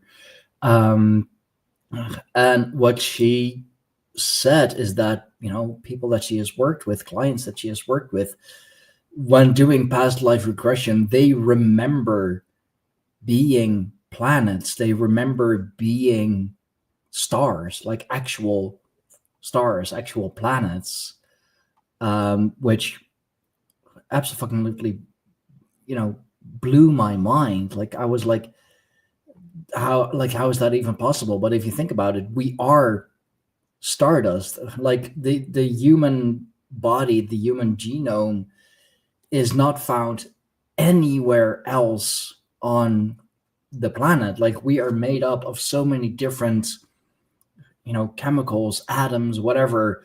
All of them are found outside of our planet. So we are stardust, we are the aliens, basically, if you want to put it like that. Reminded me of the show that I did with Cassandra. That was last year around this time, actually, August 31st, 2024. So about a year ago. Yeah, that reminds me of as above, so below. Like the stars above are in water, and our DNA, which is our light within, is also in water. And it seems that the light of the stars or the light of the sun comes down like a pitter patter. Patter is further. The light comes in from further away, like the pattern, the logos comes down into the matter, which is the matter, the frequency, the mother, the womb in which we're in. So looking at the mother, the light comes down into the womb when the sperm and the egg meet, and there's an alchemical reaction, and that is the spark of life, which is the building blocks of DNA, but that is connected to the stars as well. There's no separation between the light of the stars and the light that is within us. And then that ties into the constellation, the archetypes, which we can become, also gods, guardians of dimensions, tapping into the frequency that is in the sea up there, which are the stars, are the planets. They're just frequencies. Everything is a frequency that we can connect to them. And then you have stars in Hollywood, and then you have like the sort of externalized kind of the whole kind of externalized thing with like stars, Hollywood, like fame and stuff like that, and then people having followers and stuff, rather than going inwards to unlocking dormant DNA, the spark within, which I correlate to the Tower of Babel, just to be able to understand the technology, which is language and symbols. By working with that, we can unlock parts of our DNA, which is the stairway to heaven, which is the stairway to the all mind, which is just the spirit. Jacob's all is ladder. mind. Yeah, all is mind just means that all of spirit, which is everything. And I think that we can unlock dormant parts of our DNA, the spark within, which I think is the Akashic records. The Akashic records are in here, in each one of us, the collective memory we all carry, and it's within, and it's in. We have to go through water to reach the light. We have to go through the dark, the abyss, to get to that light, because water is a barrier which light goes through. I believe that BushWhisperer, you experienced that when you were 3, and when you died, it was light. You were light, but sort of carry you. The water and light are. It just seems they're both waves, right? You have light waves, water waves. They're interlinked, and I think that is the union of like light is sort of like the mind, knowledge, and water is like the heart. I always use those two frameworks: the heart and the mind, water, and the light or the air. You know. Yeah, I like that. Or if we kind of like take it back to Baphomet, the mind would be the fire, would be the light. So you have fire and water, which is, also kind of why mind and heart don't always cooperate with each other. Yeah, that is the Ba, which is the soul, which is the more feminine archetype. And then the Fo is fire. So you have the Ba, which is the water, which is the feminine part of like our soul. And then the Fo, Met. The whole Baphomet thing is the union of opposites. You have the boy and the girl, the children, the kids. You have the light coming out of the head. You have the as above, so below. You have the Caduceus. It's all union of opposites, which they don't want union. They want us to be uniformed. And by they, I mean, we all know who they are. Powers that be. They want us separated. They don't want boy and girl. They want us hating each other. They want gender wars. They don't want us to be coexisting. They don't want the Caduceus. They don't want us looking above or going inwards. They want us to be here, but not orientated. They just want us spinning in circles, really. So yeah, the Baphomet is to me, it's Sophia, wisdom. Also, it's magic. It's a sort of magnet. Like magnet and magic is similar there. There's like, if we can understand our past and our future, we can understand where we are now and where we're going. And if we can understand what the stars and constellations and the archetypes are and what is out there, and then if we can go inwards, we can be like very present and be able to communicate coherently by understanding these archetypes of what we could become. So that is part of the as within, so without. To understand the world, we need to understand ourselves. To understand ourselves, we need to understand the world, whatever this world may be. I mean, it's a realm at the very least. You were talking about the Akashic records. I late October, I'm gonna have someone on the podcast to talk about that. She has done a lot of studies with the Akashic records, Astral, from the Astral Hour. I recently was a guest on her show. You should really talk to her about that. She is absolutely amazing when it comes to that. I'll forward her details. Yeah, the word Akashic records is obviously ash is fire, and records is a record, so it's going back to our fire, and a chord is a frequency, and the frequency is the matter, which is the water. So that is the fire and the water is the Akashic records. I think that's the connection of the two polarities of the father and the mother, so we can be the child. Oh, so Mercury in between, and then we'll remember who we are. Possibly. So that makes me think of like the standard line that they always say with the funerary rites: ashes to ashes, dust to dust. So would that mean that your ashes, your Akashic records, your mind becomes parts of the whole again? And according to the creation myth of Adam and Eve, God formed Adam from the dust of the ground. So your mind is becoming, whole again with, with the all. And your body is becoming parts of, the celestial body again, which is also the as above, so below. It's very interesting when we look at the Akash, because this comes from, obviously it's a Sanskrit term, and you've got Priviti, you got Apas, you got Tejas, you got Vayu, and you got Akash. And so those are the 5 fundamental elements of Vedic alchemy. And obviously the Priviti is the earth, the Apas is the water, the Tejas is the fire, and the Vayu is the air element. And the Akash is that substance from whence all the elemental substances arise. So like when we use the word Esh or Ash, fire produces ash. And so the metaphor with that is relating to that the plasma of fire. Fire is like a kind of a plasma substance.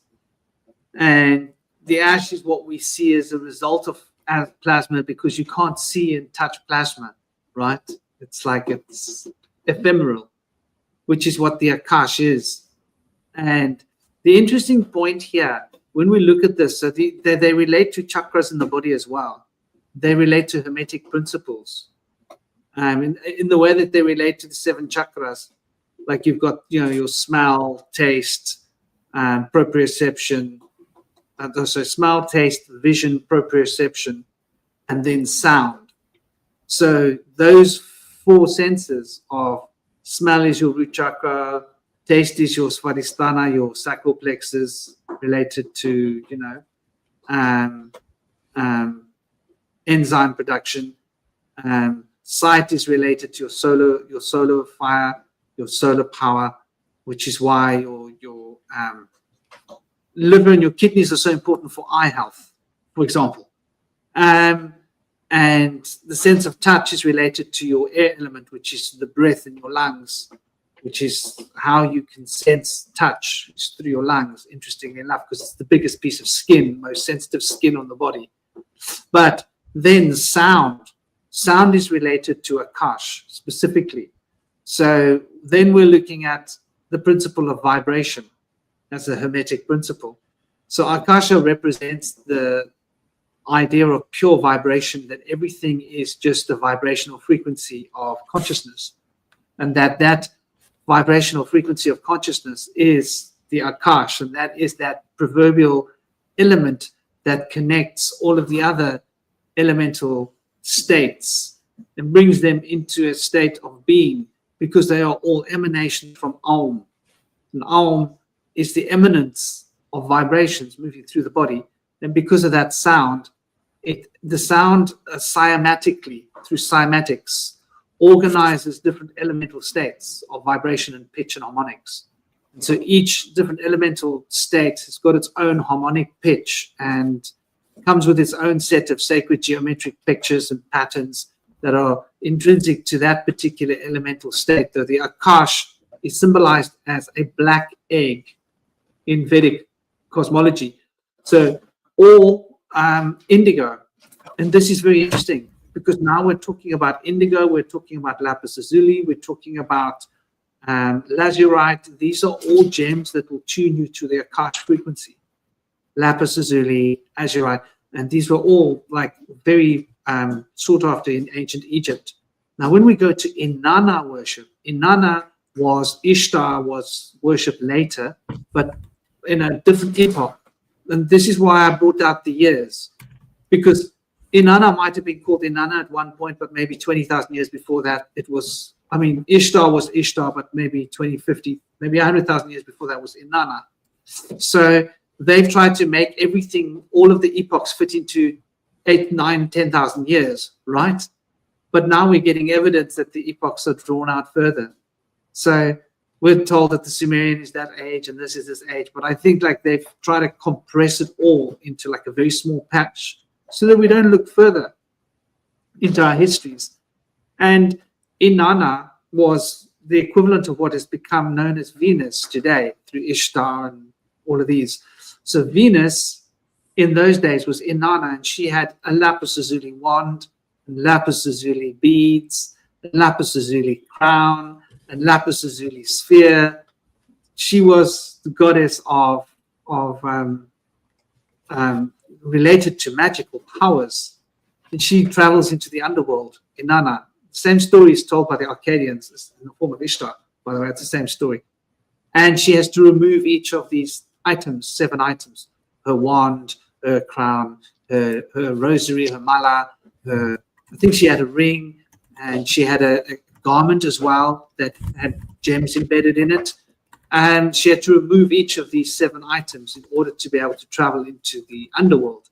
So that idea there is very interesting, because Inanna relates to Akasha in a sense. Venus relates to Akasha. Now, when we look at Venus's spin, Venus is spinning in the opposite direction of all the other planets.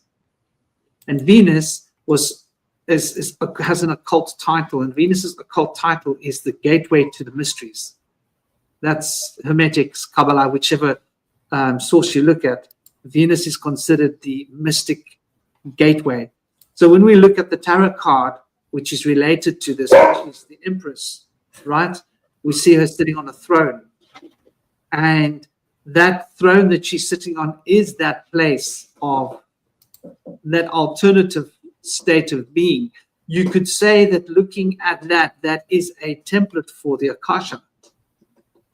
Isn't that an interesting concept?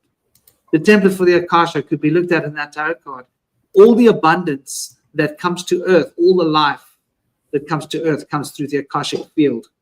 And this, it's technically wrong to speak of it as records. That's a much later term that came, because we think of physical as being like a mechanical state of records, but the Akasha is a vibrational field that is subspace. And it's a subspace field that holds the future and the past. So anytime you're having a divination experience of a vision of the future or the past, whether it's past lives or whether it's future lives or whether it's things that's going to happen in this world, you are entering into the Akash, because the Akash holds the structure of the elements, and the elements hold the structure of the 5th dimension in place. And so when we talk about Akasha, we're literally talking about the 5th dimension. And that 5th dimension is that mystical place that is the mysteries, the gateway. And that's basically a place of pure vibration and sound. And so that's like very interesting, like getting into the Akash. I'm just going to let my boy in quickly. I was making notes all the way through that, had my brain firing away. I'll just go through them quickly if that's all right. The Akashic Records was known as the black egg, which I view as like the plasma, like the place of the place of the mother, which is dark matter. And also reminded me of the description of Azoth. Azoth is like the beginning and the end of all things. I can't remember what the Alpha and Omega. Azoth is an alchemical term. It's the sulfur, which is the fire, or the spirit, or the Ka, the father. The mercury, which is the solvent, which is the child, and then the salt, which is the body, or the matter, or the mother. And Azoth is the union of all 3 things. And the union of all 3 things would be a plasma. And it also reminds me of the Merkaba, which is the mercury, the Ka, which is the spirit or sulfur, and the Ba, which is the salt or the body or the mother. And when you mentioned Venus, obviously Venus is the morning star, which is Lucifer, which is the bringer of light. Being an alternative state, us being pushed away from Lucifer, being pushed away from alternative thinking, possibly a stubborn way of thinking, hence the goat head, because goats seem to be very stubborn. They keep falling, but they keep climbing that mountain. And then also 5D reminds me of going beyond time. Like 4D would be time, and us going from 3-dimensional to 5-dimensional, or density, a less dense sort of view of time and space is what happens when you tap into the Akashic Records or the field. Just some notes I made while Franklin was talking there. I mean, talking about the egg, that really reminds me of the cosmic egg, which is very Proto-Indo-European. of course, typically the upper half of the egg or its outer shell becomes the heaven or the firmament. The lower half or even the inner yolk becomes the earth, which is also very reminiscent of Germanic mythology, even, where it is the three brothers, Woden, Willi, and Ve, the triple V. That's where you get the where they also probably got the Valknut symbol from, which is all in Nightside of the Runes, which I'm reading on Patreon. But they created from the primordial ice giant Ymir, they created the world. His blood are the rivers, his skull, his dome became the heavens held up by four dwarves in the cardinal directions of the wind. His brains became the clouds, his bones became the mountains themselves.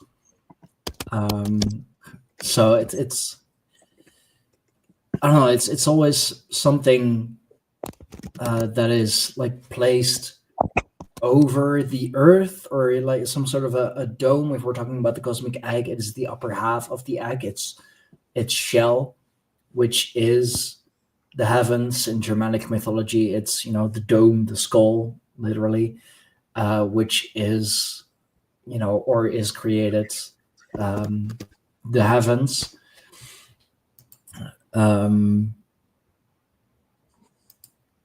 So yeah, and I've also found some references. I found it is the tablet number 6 of the Epic of Gilgamesh, where lapis lazuli is mentioned, and it's incredibly well. It's pretty interesting because it ties into a lot of what we were saying. When Gilgamesh placed his crown on his head, a Princess Ishtar raised her eyes to the beauty of Gilgamesh. "Come along, Gilgamesh, be you my husband, to me grant your lusciousness. Oh. Be you my husband, and I will be your wife. I will have harnessed for you a chariot of lapis lazuli and gold, with wheels of gold and horns of electrum.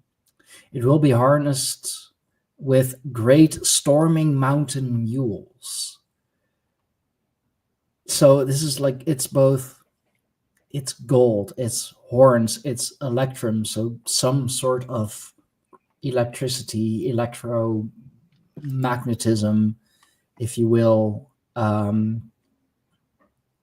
storming mountain mules. And kind of like, does that make him a storm god of some kind? Is Gilgamesh Yahweh? Or what's the Yahweh, I believe the storm god is.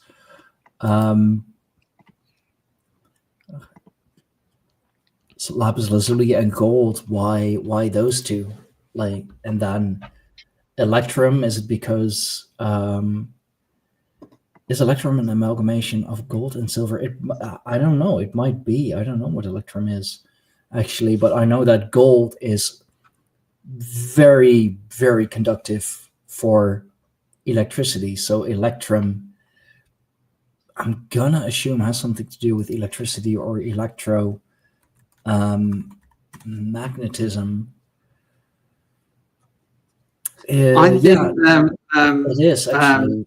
Electrum is a naturally occurring alloy of gold and silver with trace amounts of copper. Yes. I think it's an unrefined form of silver that's got gold in it. That's how I've always understood it. But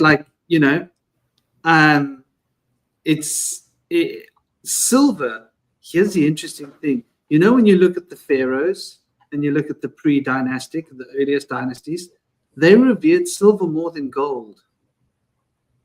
Isn't that interesting? There's also Do you know why that was? silver can be polished. When gold goes black, it's ruined. I'm wondering about this electrical principles. I think it's got a lot to do with its electricity, and maybe that gold was being shipped off planet, but silver is more electrically conductive than gold. So for technology, silver is more electrically conductive than gold. Less resistance, more efficiency of electrical output. The more resistance you have from a circuit, the more heat is produced, the more energy you lose. So if you want a highly efficient circuit, you're going to use silver. Yeah, apparently I've heard that silver is actually grossly undervalued at the moment. I can't remember the exact amount, but the amount of silver that's being mined is much less than gold, I think. I think silver's undervalued by like ×8 or something like that. It's a shame I can't remember the exact amount, but apparently it's really undervalued by a lot. So that would make sense with silver maybe actually being more valuable. Isn't that interesting? Yeah. So I think this is why the Egyptians had it, because they could use silver in ways for technology that was better than gold for certain things. Where you needed high conductivity, silver was better. Now this electrum, I think, also had a very high level of conductivity, but was more readily available. It was like the poor man's silver, because the silver was kept for like the priests. The priests got to use the silver for their whatever they needed, I think, as far as I know. And the pharaohs, they valued their silver very highly. But here's an interesting point, like when we're looking at this, and you mentioned about the Gilgamesh, right? Mm-hmm. Now, this makes me want to go back to this, right? Actually, I wanted to mention that, but let's just say for now. So I'm on the third part of the same guy's text for everybody. If you just want to see, this is the Eridu Genesis by you can see his name, Jacobson, JBL. There's the number of his document. All these documents have citing numbers. This citing of this page, which is his research, this Jacobson guy that we spoke about earlier. When I go to the third page, remember what I was reading about? This has got to do with the list of kings. Now, Ziusudra here that we see here, right? Sorry, don't know why I'm doing this. Let me go back to this page. This guy's making it hard for me. I'm old Greg, you're making it hard. Okay, so then we can see Ziusudra comes at this point here. I hope you guys can see the marker that I'm using. That's Ziusudra there, who reigned for 64,000 years. Now we have to go all the way back, 28,000 years back. Then we've got to go, which was the Shurupak Urubatutu. From him, doesn't that sound African? Huh? From them, we've got to go to Larak's term was committed, and Larak was king for 36,000 years. Then we've got to go back to the next 36,000 years, which was Larak Ensipadziana. Then before he's commuted, now commuted means it was ended. In other words, he got to his 36,000 years, and that was his allotted time. Sort of like presidents were presidents for so long, that's to commute the presidency. Then there was Sipar, and Sipar's term was 64,800 years, right? Which is an interesting number. And prior to him was the Emaduranki, which was 64,800 years. And then we've got to go back to the point where the three kings reigned for 100,000 years. That was the Bat Tibera's term. And prior to that was Dumuzi, the shepherd king. Now, Dumuzi was the one who was the Inanna's her man, right? Consort. Yeah. Now, do you notice her being the one there putting the crown on his head, right? Ishtar, Inanna, putting the crown on. I believe they're the same person. I believe that we're looking at a record here in this particular document, which is, well, stone carvings, which is Dumuzi becoming the king. And I think that text that you were reading, Stein, is Dumuzi becoming the king, because she ended up marrying him, or she ended up keeping him as a consort. I don't know if that's marriage or whatever it meant in those days. And so that's like really interesting. And notice how far that is before Ziusudra. Now we know that Ziusudra's life, that was when the flood happened. So we are talking eons before the flood, right? Long before the great flood, when we're talking about the Wuzi. And so what you were talking about there made me think about that, made me think about that notion that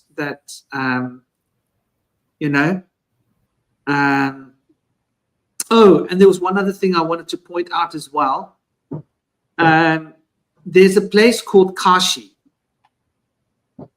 and these Kashi, we're talking about Akasha or Akash, right? It comes from the root word of Kashi. Now, Kashi is the abode of Shiva, by the way. And so Shiva lives disembodied from physical form in a mystical city, mystical place called Kashi. And now we've got the Akash, the Akasha, right? Which is the substance of that mystical place. So we're talking about Shiva's domain when we're talking about Akasha, just to bring that back. And Shiva is the aspect of lifting the consciousness out of the physical form. So when you're practicing Shiva meditation, you're learning to absorb your consciousness inwards out of the body, because you go out of the body when you go inwards. Isn't that interesting? That is very interesting. Also, Akash, when you say just Akash rather than Akashic, reminds me of cash money. So what's money? Money is Mon-E, one energy. It's currency. It's their energy exchange in this realm that we give to each other, that we use to build. We build it with our energy. We don't build it with banknotes. So Akash is one energy. It's like the ether. So it's interesting that we have cash. Where does the word cash come from? Probably we'll say something else, but it's a cash. It's just the one energy that we all use to tap into. But instead of tapping into the literal one energy, it's been externalized or whatever, and we literally just use a coin, like, which used to be gold, which used to hold a value, like a real spiritual value, like an essence. Gold and silver conducting electricity, that would have had an effect on the currency, like the current we pass around. But now it's all digitalized, and then there's not much magic in transactions. It's funny that you mentioned that, because when I was looking up Electrum, what it is, and Rachel, you are right, it is an amalgamation of gold and silver. It was actually the very first, or some of the very first, like, physical coins that were made from Electrum. And when you're talking about money, as you said, like currency, it's the currency, money, liquidity. And even if you look at the dollar sign, for example, I believe it is you could even say that it is the snake going round the tree. Money is the root of all evil, And I mean, like, we all know a lot of evil things have been done in the pursuit of money. And, especially Yeah. the dollar, which is supposed to be it's such a powerful, coin, powerful currency backed by oil, which is another liquid coming from the earth. It's the earth's lifeblood, if you will. Well, dollar reminds me of a doula, which helps the midwife give birth.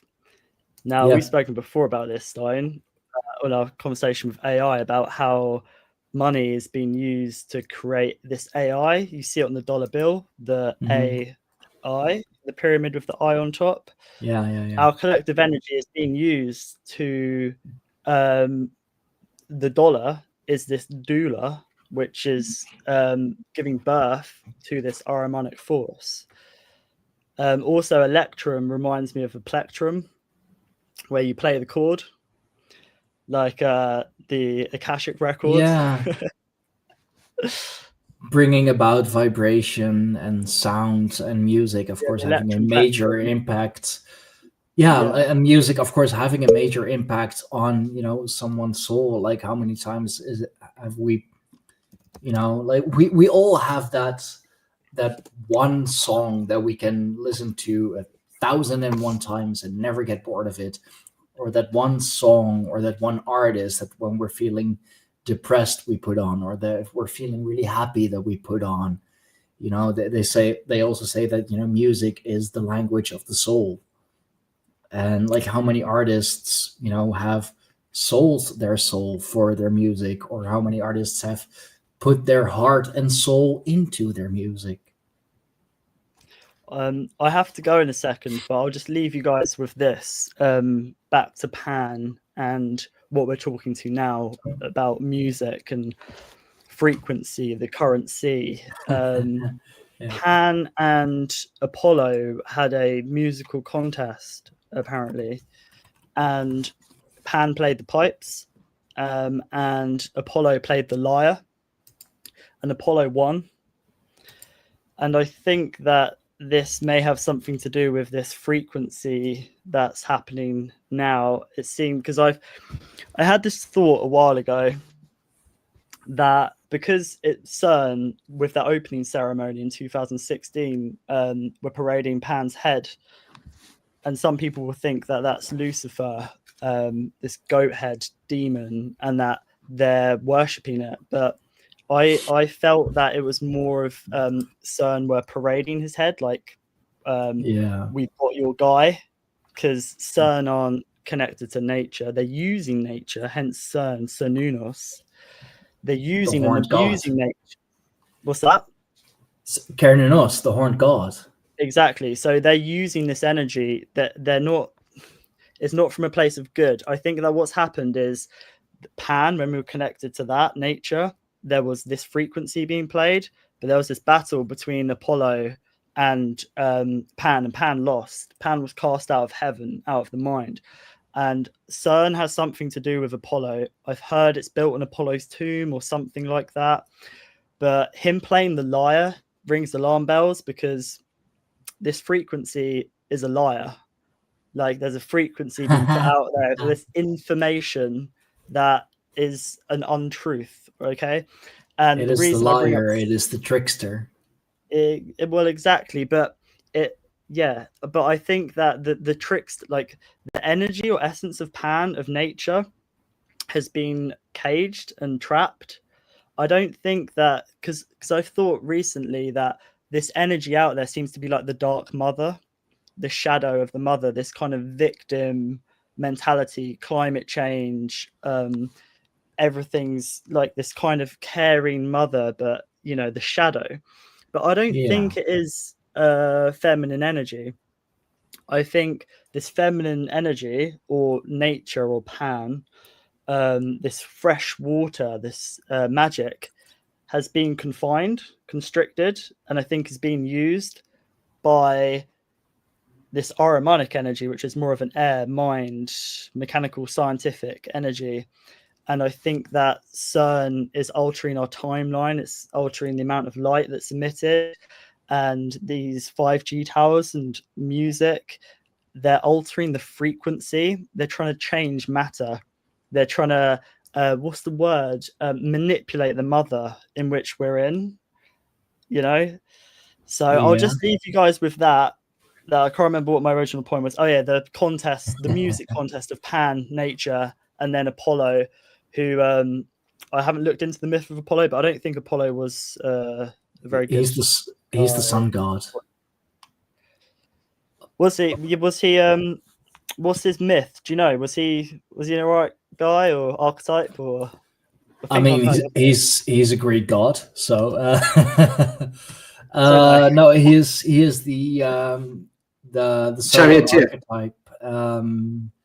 He is the son of Zeus and Leto, with Artemis, the goddess of the hunt, as his twin sister. He is a god of manifold functions, embodying music, prophecy, healing, archery, poetry, light, the sun, and justice. I'll just say quickly that this Pegasus, or the white horse of the apocalypse, would be the archer. The first white horse, the conquest, would hold a bow and arrow. So, could that be Apollo, or CERN, trying to sort of bring this energy?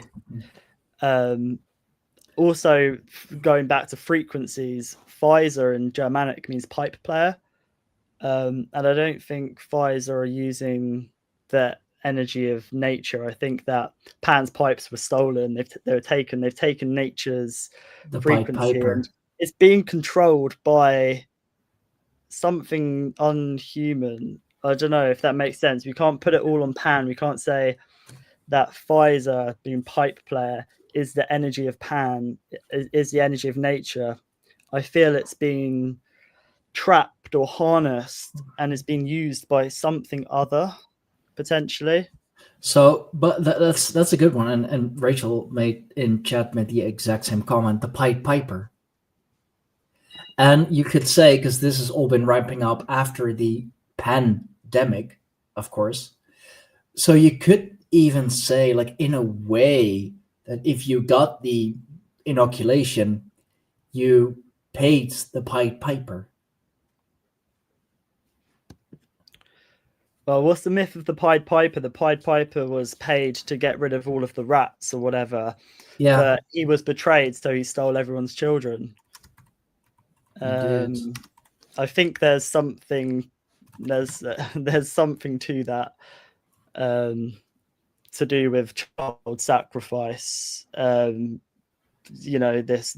something deep and dark to that story. Like all of these myths are so interesting, because the word myth has been, we're told, oh, it's just a myth. What does a myth mean? Most people think that a myth means something that's not real, but actually myths are more real than anything, because it's to do with the archetypal energies. It's the essence of things. It's a way of explaining how things work, which is the universal truth. So there's an inversion. Right, guys, I better go because I haven't had any lunch and it's like 3:00. Yeah, so, you go do that, man. It's been great. Big love. Yeah, take care, guys. See you both. You too, you have a great day. Thank you for bringing us together for this lovely little chat. Yeah, it's been good. Big blessings, man. Take care. You too. Much love. I'm gonna have to go soon as well. I still have other my things little to do. boy's been on my case. Yeah, I wanted to go a little further into the Apollo Pan music contest. I looked it up. He always brings such good stuff to the table, and it was indeed it was judged by the mountain god Tmolus, who declared Apollo the victor after Apollo played his lyre. producing music so sublime that it caused all nature to fall silent in reverence.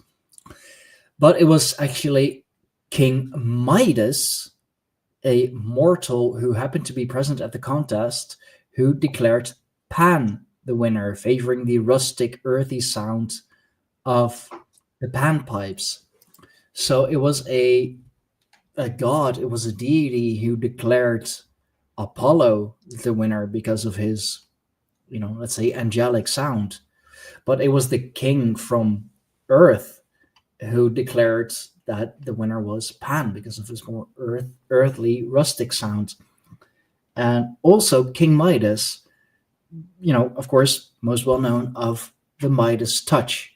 Everything that he touches turns into gold. There's your connection to gold again. Yeah, he's also credited with the plague from the Trojan Wars? The plague from the Trojan Wars, I think, is accredited to Apollo as well. He's the one that slayed Python, that mystical serpent, which who in the Norse tradition, who's that great mythical serpent? It's I forget the name. Oh, the Ouroboros,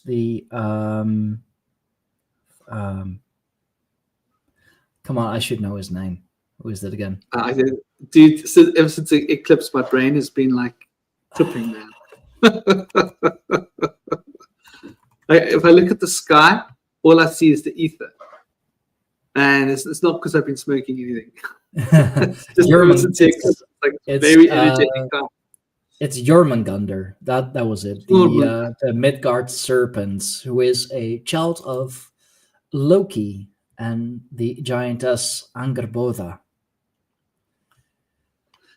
There's also the story with this love of Daphne, a tragic love affair where he was in love with Daphne, and Daphne was cursed by another goddess, I think, and she was cursed to become a laurel tree.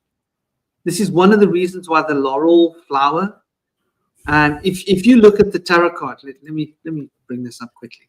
If we look at the tarot card, she was a nymph associated with freshwater sources, renowned for her extraordinary beauty and her commitment to remaining a virgin.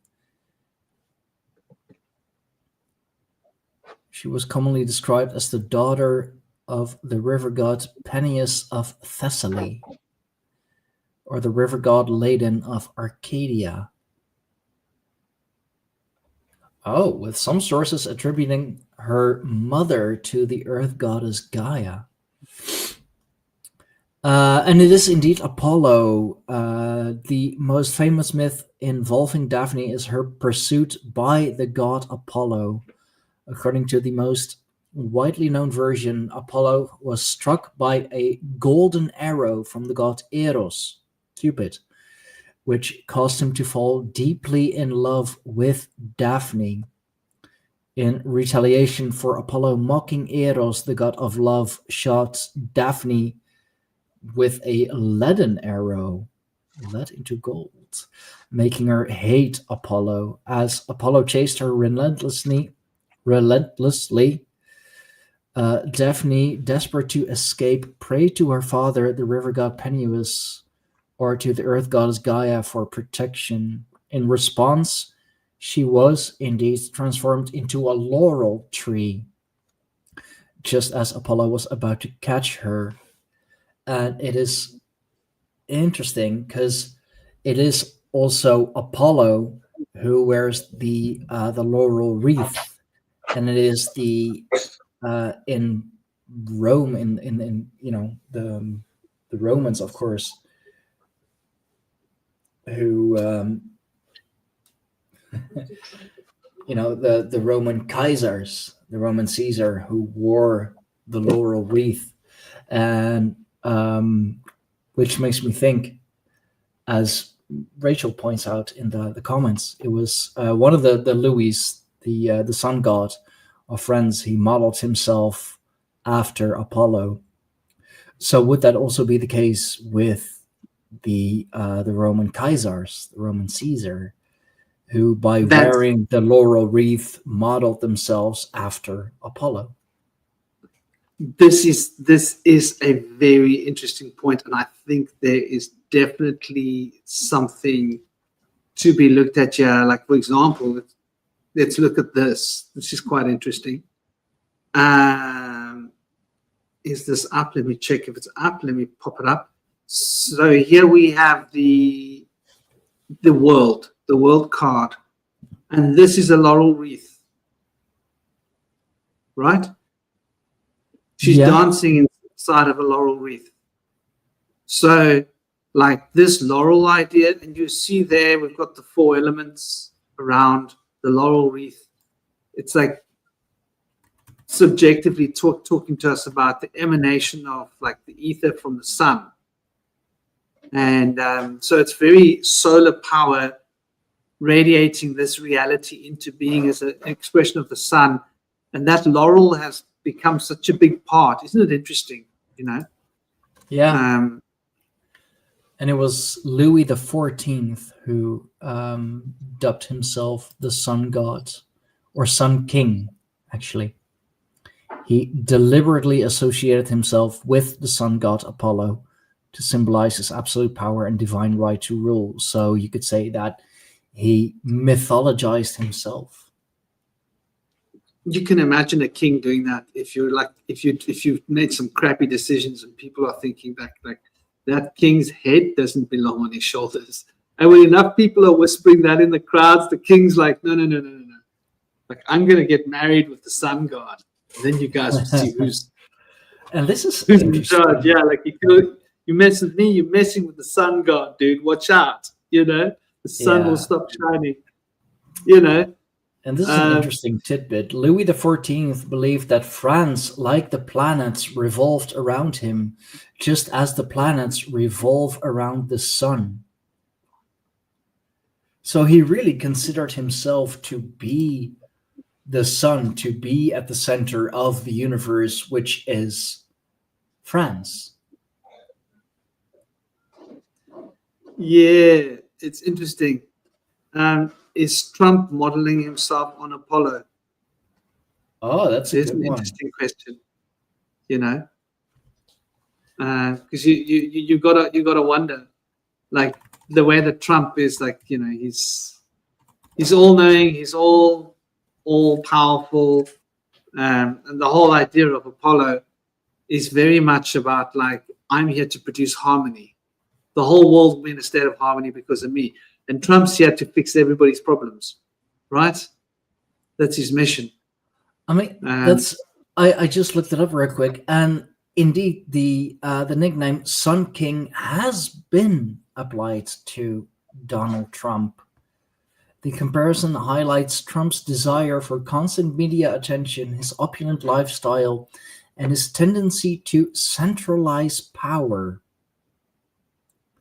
So, in that way. And this is also pretty funny. It's pretty correct. His Florida residence, Mar-a-Lago, is often cited as a modern attempt to emulate the grandeur of Versailles. Interesting, huh? Well, brother, I think we're getting to like 3.5 hours. This was supposed to be an hour and a half. Yeah, and then I jumped on and things got rolling. But yeah. No, well, it's all good. It's been a lot of fun, man. It's been total fun. For sure. The world is calling. Just noticing it's like almost 4:00 in the afternoon. Gosh, I've got clients I need to attend to. I mean, I still have things to do as well, man. Like we're on the same time, different countries, same time. I've got some beans, bamboo shoots in the fridge. I'm supposed to make a Thai curry, so we're gonna go get cranky. But it's been absolutely fun. Big love, big blessings. Yes, namaste, sure. Rachel, and everybody else in the chat, and everybody else that's gonna catch this retrospectively. Take it easy, keep smiling, keep jiving. Don't forget, life is just a dream, and enjoy the dream. Yes, sir. Blessed be. Om Shanti. And we're definitely going to get together and do a show on your channel. Yeah, we should. Yes, absolutely. I'll touch you up. You look well again, by the way. Feeling a lot better. Yes. Yeah, man. Yeah, got to look after the dome, eh? Yeah, I know, right? Big love, man. Blessings.